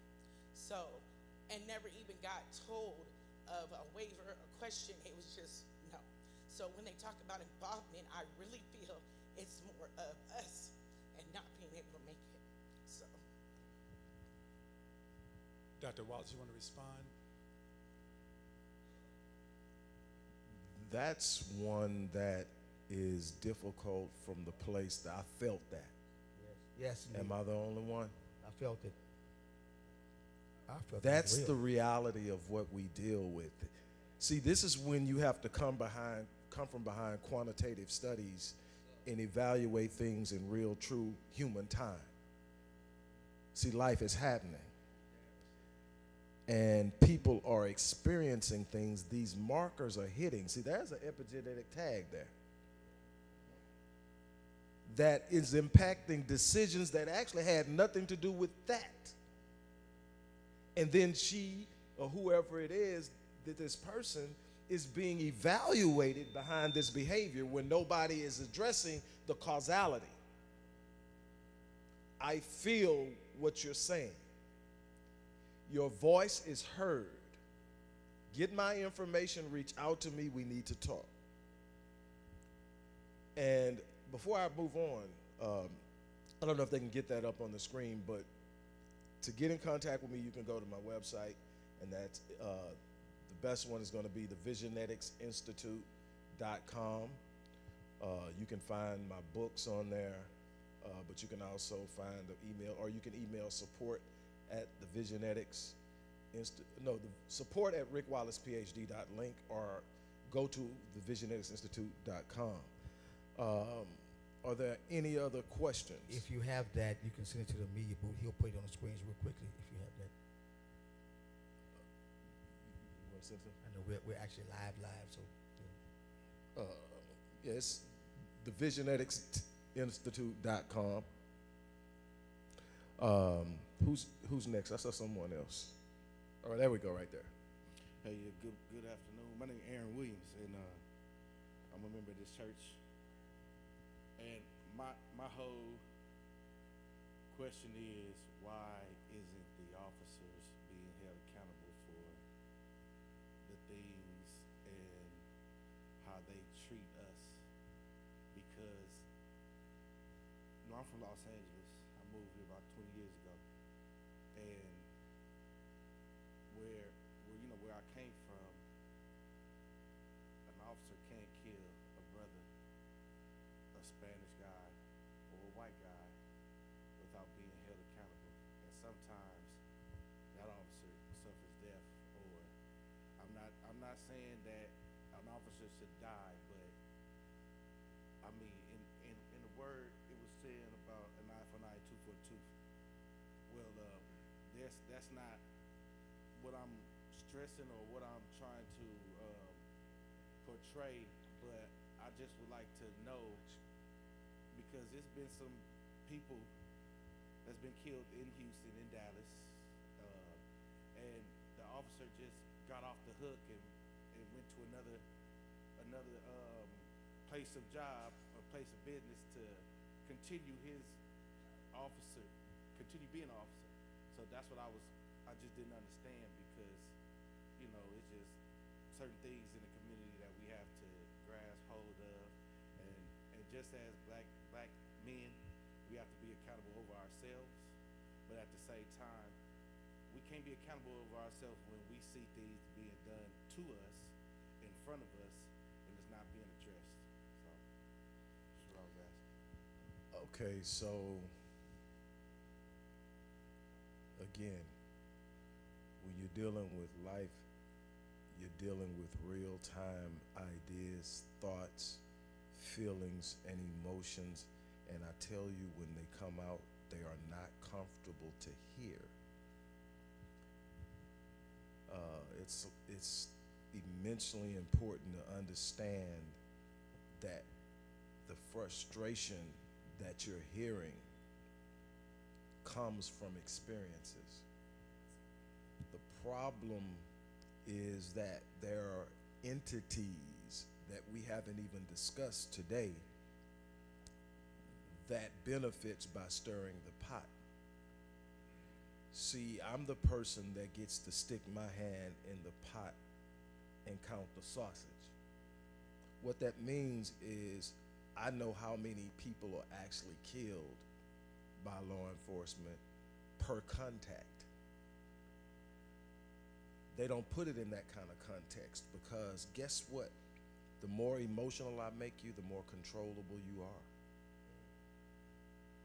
The media plays such a role in how we move. And it's also the reason we're perceived by law enforcement to be a danger just on spot. Because every image of us as men is portrayed in a negative light.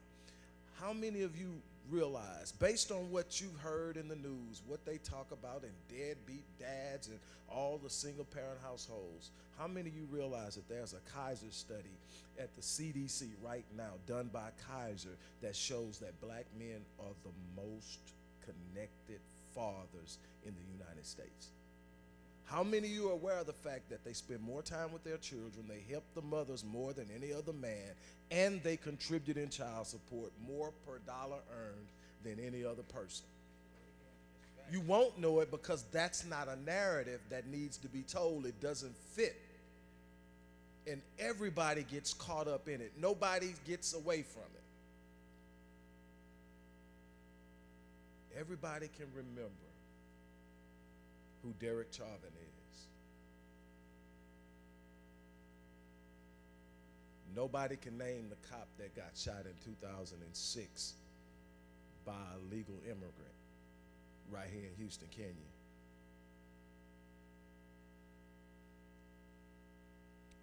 Rodney was my friend. There's no good or bad side. There are good and bad people connected to things. Is there a blue wall of silence? Absolutely. Same thing with your fraternity. Same thing with your sorority. Same thing with preachers.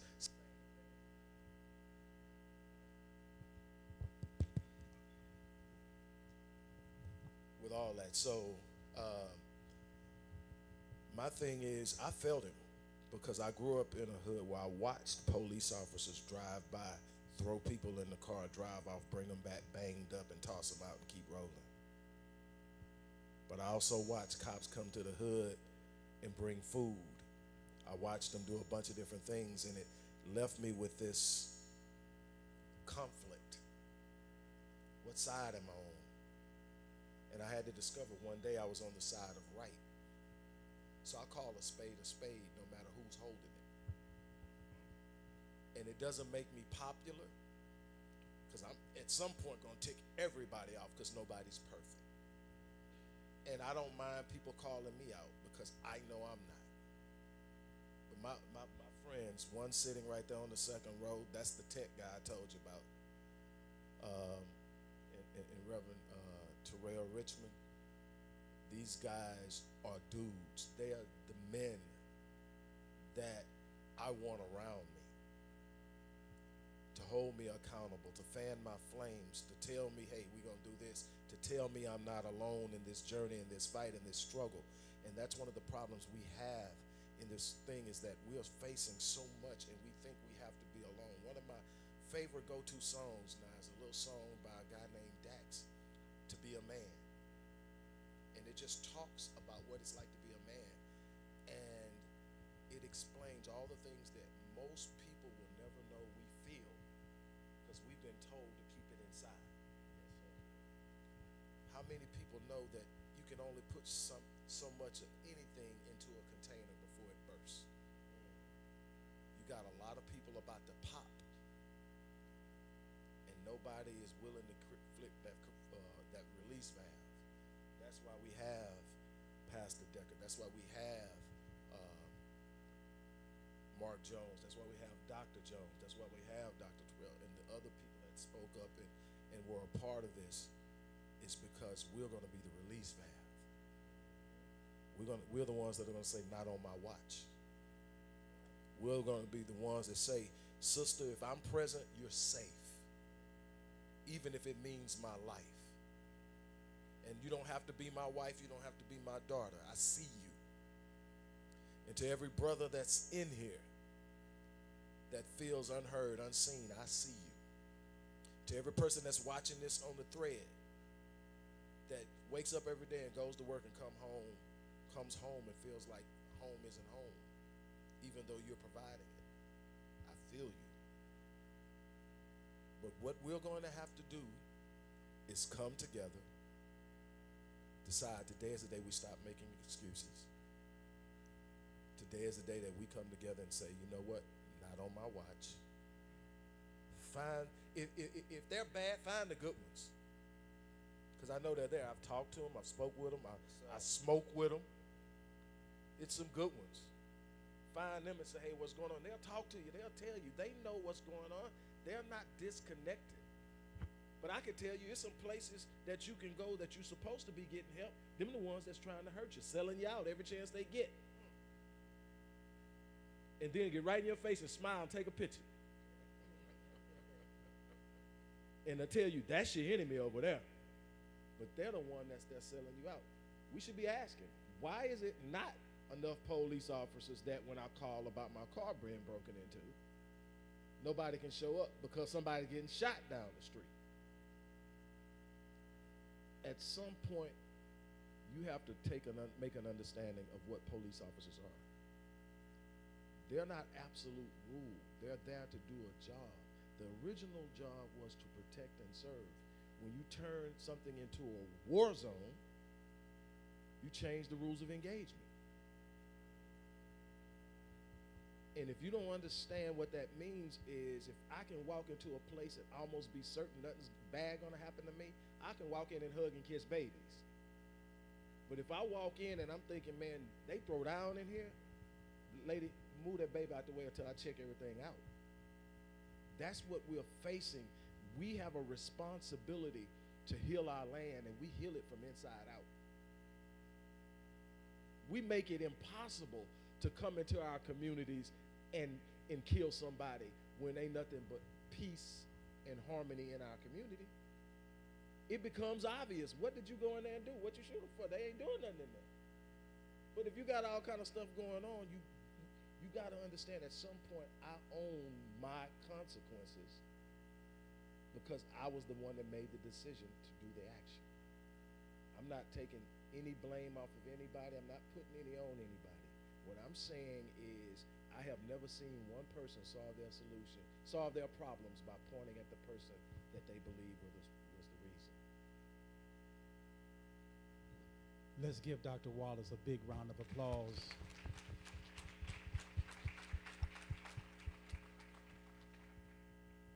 How many learned something today? Yes, indeed. How many learned something today from Dr. Yes, Wallace? indeed.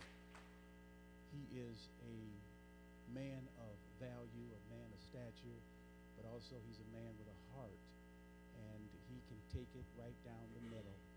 I want to say to Dr. Wallace, I appreciate you so much for taking time out on your busy schedule. We're going to make it happen that everybody, we have their information to get his information so that if you miss out on getting any of his literature and reading on the works that he has done, you're going to miss out on a treat. I want to make sure they get that information, Dr. Wallace, so they can follow you in read and in literature as well as in speech. I thank you for coming out. I thank you for being as attentive as you have been. And to Harris County, I truly thank you for engaging in this community dialogue and bridging the gap between community and law enforcement. It takes two. I want you to repeat after me. If it's going to be, If it's going to be, it's got to be with me. it got to be with me. And that's where it all begins, the man in the mirror. Amen. The man in the mirror. At this time, I'm not going to hold you. It's 20 past. I owe you 20 minutes. I said from 11 to 1, I owe you 20 minutes. But if you have any alts, charge Dr. it Jones. to my head and not my heart. Dr. Jones, let's owe him 30 minutes. That was the young lady had a hand up for a question, and we don't want to. Did you still have a question? Well, Pastor Sister- Deckard, it's in your hands. Come on up. It's in your hands. Did you still have a question? You had your hands up. You still have a question? No, right in front of you. She had and she never got it addressed. Did she have a question? Let her answer her question, and then if the panelists can give a 30-second, just your final comments, and then we'll close in prayer. And he would not be, this is the first time, but not the last time, he will be a frequent face here at the church and in anything involving community. We'll make sure that the community gets what he's giving. Give her question, then we will wrap it up. Thank you again, Dr. Jones, for bringing us all together. Hello. I have it. She got it. Thank you, Pastor. Pastor. Thank you all for Dr. Jones' staff. Thank you so much for putting this together. Thank you so much. So mine was a brief comment and a question. I had an experience where I have 4 sons. One of my sons was attending Rice University. I went to pick him up when they got out for break. I was basically detained by the cops because they assumed that I wasn't supposed to be on campus. He was able to let his coaches know what was going on. Ultimately, the guy was fired. They fired him. What are the steps if we have complaints, like for the community to go through in order to, let law enforcement know what has been done wrong to us? Let's do it this way. We have a developed relationship with law enforcement, not just Harris County, but we built relationships with law enforcement. What I would say is if you have a complaint, contact my organization, the Odyssey Project. I'll get with Dr. Jones, we'll get with the people, we will follow through on it, and we will do it as an advocate for you. But we're gonna do it with the purpose of resolution and get follow through. And you're going to get a consistency of engagement, because if the same person is coming every time and there's a person that they know they can go to, you're going to get a relationship. And it's in that relationship you start resolving things. I think where we're at right now, if we're really going to be honest, is we're still in the punching phase. Because how do we get them fired? How do we get them? Because that's what you feel. And you feel that way because you went through something, you experienced something. We got to get past that phase, and it's going to be progressive. And then we get to a point where we start saying, how do we heal? Instead of saying, why can't we get that person? Now, obviously, there are some people that need to be fired. But there are people that need training, especially cross-cultural training. There are people who need to be aware of how to talk to people. Some people are just rude. It's naturally, I mean, they like that. They go home and talk to their kids and their wives and their husbands that way. So what we have to understand is we've got to have room to grow. So I would like to take on the responsibility of saying I'll be the first point of contact, and then I'll initiate the process, and then we can just start building from there. And what you will have when you do that is a constant contact, because one of the frustrations that you have is I call and they're not answering. I'm calling and I'm not getting through. Nobody's responding to me. What you will have, even if it's, hey, I'm still trying to get them, you're going to have somebody that's there with you for you. Thank you. Thank you. I promise you, this is the last question. We have a friend of Dr. Wallace who has adjourned and has been here patiently, and he has a question, a comment, and then after his voice, the next voice you'll hear would be of Dr. Pastor Deckard. 30 seconds.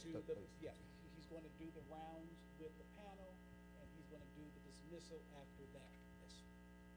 Yeah, I wanted to, first of all, acknowledge the courage that it took for the pastor of this congregation to acknowledge Dr. Wallace's work and to bring it forward. It's me and Terrell, Dr. Wallace, we have these conversations. And what's interesting was just last night, me and Terrell were having a conversation about how often in the church, I'm raised in the church, Southern boy, those sorts of things, how oftentimes what we lack is the practical application of things that help us in our day-to-day lives. We get taught to be spiritual, right? But we don't get taught the skills that we need in order to live out our lives in a good and functional way. Moses is a slave, but God puts him in Pharaoh's house because to lead a multitude of people to freedom who had never experienced freedom and who were always in a cage, once set free, they have to have someone who understands that, well, these people need to be fed. They need to have security, police officers. They need to have government, right? These are all the logistics that allow them to live their lives and have a quality of life. That's what we're talking about here, right? So I want to acknowledge the pastor, right? For one, because he sees it, right? We can be very spiritual people, right? But God gave Moses, put him in Pharaoh's house, and gave him the skill and ability. That's what Dr. Wallace is, right? So that they could understand the problem, right? Acknowledge the problem, right? Bring tools and solutions to the problem, and then go out and live their lives. I'm going to leave you with a little Bible because I kept thinking about this. I'm not a minister, but this just kept going through my mind. One was John 9:25. And it talks about a blind man being healed, right? And the assumption is that this blindness is due to sin, right? So it presumes that if you were born blind, that you sinned before you were born, right? Now that's critical to me, okay? In this practical application of things, because what Rick Wallace just did, right, was he proved that, in a manner of speaking, the sins of the fathers can be visited upon the sons. The stress that our fathers had, right? The anxiety that our fathers, he's given us proof. That's a extraordinary thing that everyone in this room is witnessing right now. So I want to acknowledge it, right? And that's not just for the people who live in the community. It's for the police officers as well, right? Last thing is Matthew 5:14. Jesus says, if the blind lead the blind, right, we'll all go into a ditch. Assume that we're all blind. This is what this topic talks about. These police officers that go home, most police officers that I know, military folks that I know, they're not just first generation officers. They're second, third, fourth, fifth, sixth generation officers, military, right? What that suggests to me is that the things that they experience, they bring home and it becomes normal. This is what Rick is talking about, right? And so you have an officer and the people in the community, the things that they bring home, it becomes normal, right? But it's a different thing when you acknowledge, and I'm sorry for taking so long, when you acknowledge that a problem exists because it is something that is being, forced upon you. It's different when you say, hey, I'm sick. I'm sick. You understand? We are in this boat together. There can't be enough police officers. You'd have to have a legion of police officers to solve every problem in this community. So it means that the community, right, has to work hand in hand with the police officers, right? So I just wanted to say that and acknowledge that and thank Rick for his research. Thank you so much for those comments. Thank you so much. Real quickly, Park is real 30 to 60 seconds, just your final remarks, and thank you guys for serving on this panel.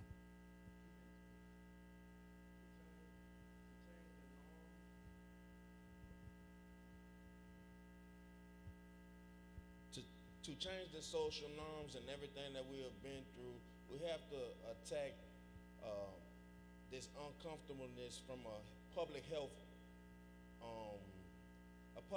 way of thinking. When Corona came, when the flu comes or anything like that, we go engage the problem. We go straight to it. Right now what we're doing, we're just letting it come and hit us. We gotta engage the community. We have to, for me personally, I want to thank every officer for being in here. Thank for having the open ears because it's a risky business. When you're dealing with high level, and me as an outreach specialist, I know what it takes dealing with high risk individuals now, and I don't have a weapon when I go in the community. So now to understand what a police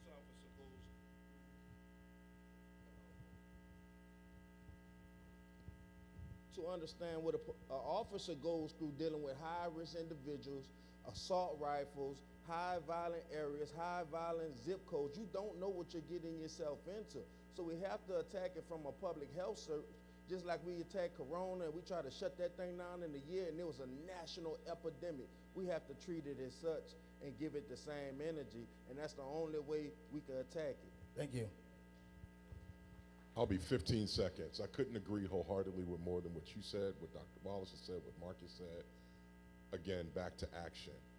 Something that I partake in as far as therapy, it's changed my life. I strongly, strongly, strongly, strongly encourage you, get Dr. Wallace's information, set up a time to just talk about what therapy is, how to work through trauma, how to work through these childhood issues, because you cannot do it by yourself. You can't drink your way to it. You can't smoke your way to it. You can't sex your way to it. You got to walk through it with God. Spiritual healing, mental health has to be addressed right now, because just like Corona, we're in a critical epidemic type situation, and you got to face your mental health issues. Amen. Thank you. First off, I want to say thank you all for having all of us here today. And secondly, we do hear you. Harris County Sheriff's Office itself, we have a community relations division. Sergeant Williams, who works all the time with Pastor Deckard, he's always in the community. He has a whole team where they go out and they go to different areas, they go to different neighborhoods, they help individuals. If it's getting furniture or whatever it is, they help them with that.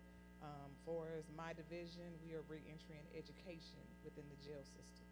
So our job is to make sure that anyone who wants the assistance while they are in jail, when they're getting ready to be released, whether it be a GED, whether it be a high school diploma, whether it be counseling services, whether it be group or individual counseling services, parenting skills for our females and our males in the jail.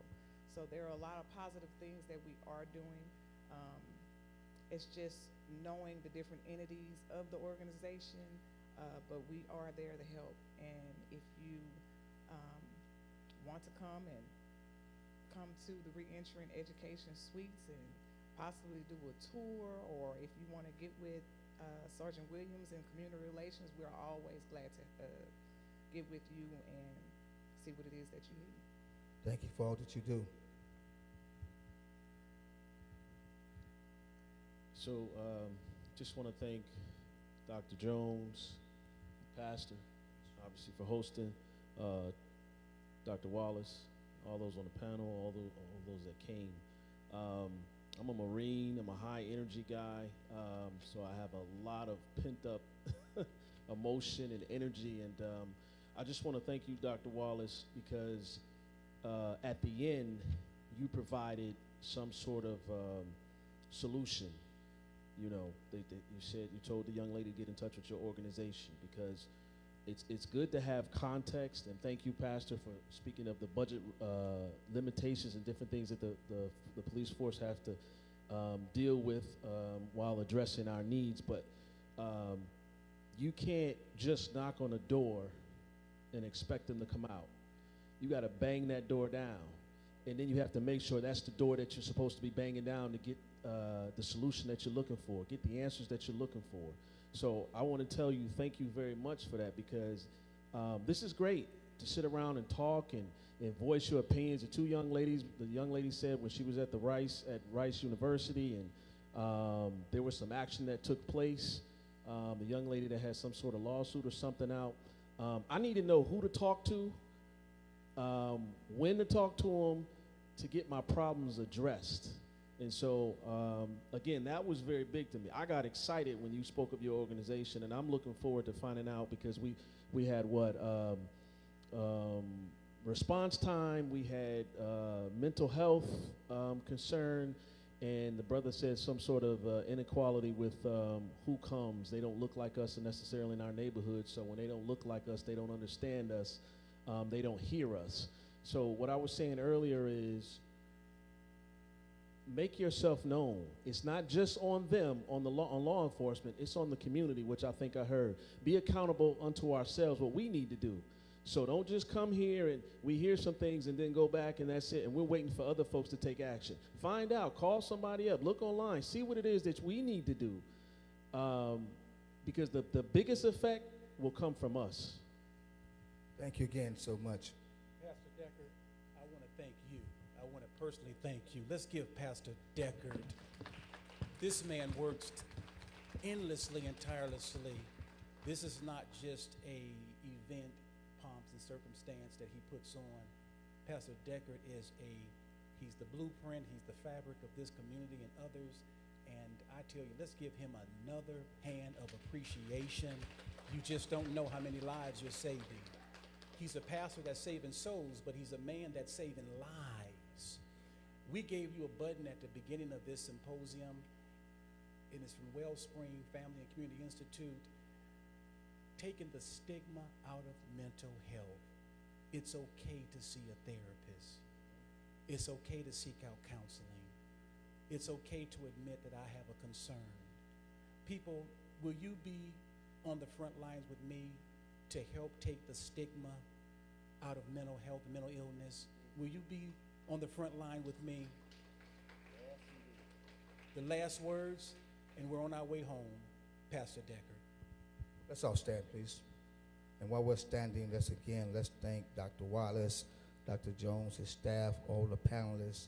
Let's thank the law enforcement officers who showed up today. And let's thank you yourselves. Give God a great big hand for all that we experienced on today. And again, this is a beginning point. I'm going to figure out how we can do this once a quarter and create some type of podcast with Dr. Wallace, Dr. Jones, once a month. We want to keep this out front. We want to keep this going because this movement is necessary for our communities. Real quick announcement. On yesterday, I was at another mental health conference, and the University of Houston is doing a survey. It's called Study of Suicide in Black Youth, Black Mental Health Matters, and between the age of 11 and 17. If you have any children in your family between the age of 11 and 17, or if anyone here in that age range today, they're giving you $40 to take an online survey. So just see me, you get the QR code, make copies of this. Let your kids go and do this, and they'll get a $40 Amazon gift card, a survey on suicide in Black youth. This is a resource that we can use. Now, as we're standing for our closing prayer, again, I am so thankful for what took place today. And I want to also, if you are seeking a church home, just seeking spiritual base and foundation, I just think that this Greenhouse International Church is a great place to connect to. It's more than just preaching on Sunday. We do outreach 7 days a week to be a blessing to the community. You see all these tables over here, Dr. Wallace, on tomorrow. We're going to just, Christmas after Christmas, we'll just give people gifts just because we want to put a smile on their face, because a smile on their face will keep their brain thinking. We want you to know you matter. So come here any given Sunday at 10:30 and be blessed. If you live in zip codes that are in Uplift Harris, that's $500 a month for 18 months for families who are living in impoverished zip codes. There's information on the back table. Sign up today. The deadline is rapidly coming. You'll get $500 a month for 18 months through Harris County. We partner with anybody that's helping people. So while we're standing in prayer, now, Dr. Wallace, we've had several conversations now, and I know you are a man that connects with God. So I don't want to say the final prayer. I want you to pray us out because it's evident that you spend time with God. And again, I thank you for connecting me with him, but I don't think he realized what you put him in, because we're getting ready to create a revolution. And we're getting ready to take some things back. I'll share this real close. So in this community, if someone comes and says, there's a drug house at such an address, I go and knock on the door of the drug house. And I say, I'm pushing hope, you're pushing dope. You got 30 days to join church, get a job. On day 31, your dope house becomes my house. I'm coming back with law enforcement shutting you down. You know where I go, you know where I work. If you want to come kill me, good. They killed all my heroes, so I'm going to die for what I believe in. So you just joined a real radical war, because the information you're giving will stop them from killing me, but will cause them to live a better life. So thank you, brother. Welcome to the madhouse. All right, everybody bow your head. Most heavenly and gracious Father, we stand before you humbled but sturdy and intent. We ask for your revelation to pour out, your guidance, your light, your spirit to be before us, so that we not only have the energy to move, but the direction in which we do move. Strengthen the men that are willing to stand and go to war on your behalf. Give us the strength and the fortitude to stand when others crumble. Give us the power and the willingness to cover our women. Give our women the discernment that's so necessary for them to see the things we miss. Let us be a force and a representation of who you are by the lives we live. And if we consistently do that, we will shake up the world.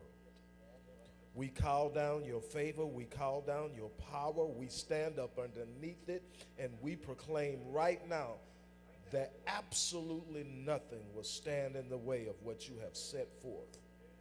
We speak it with power, we declare it with certainty. Amen. I'd like to have the panel just stay, hold your seat. We're going to take a group picture for just the panel. Thank you for coming out. Bless you.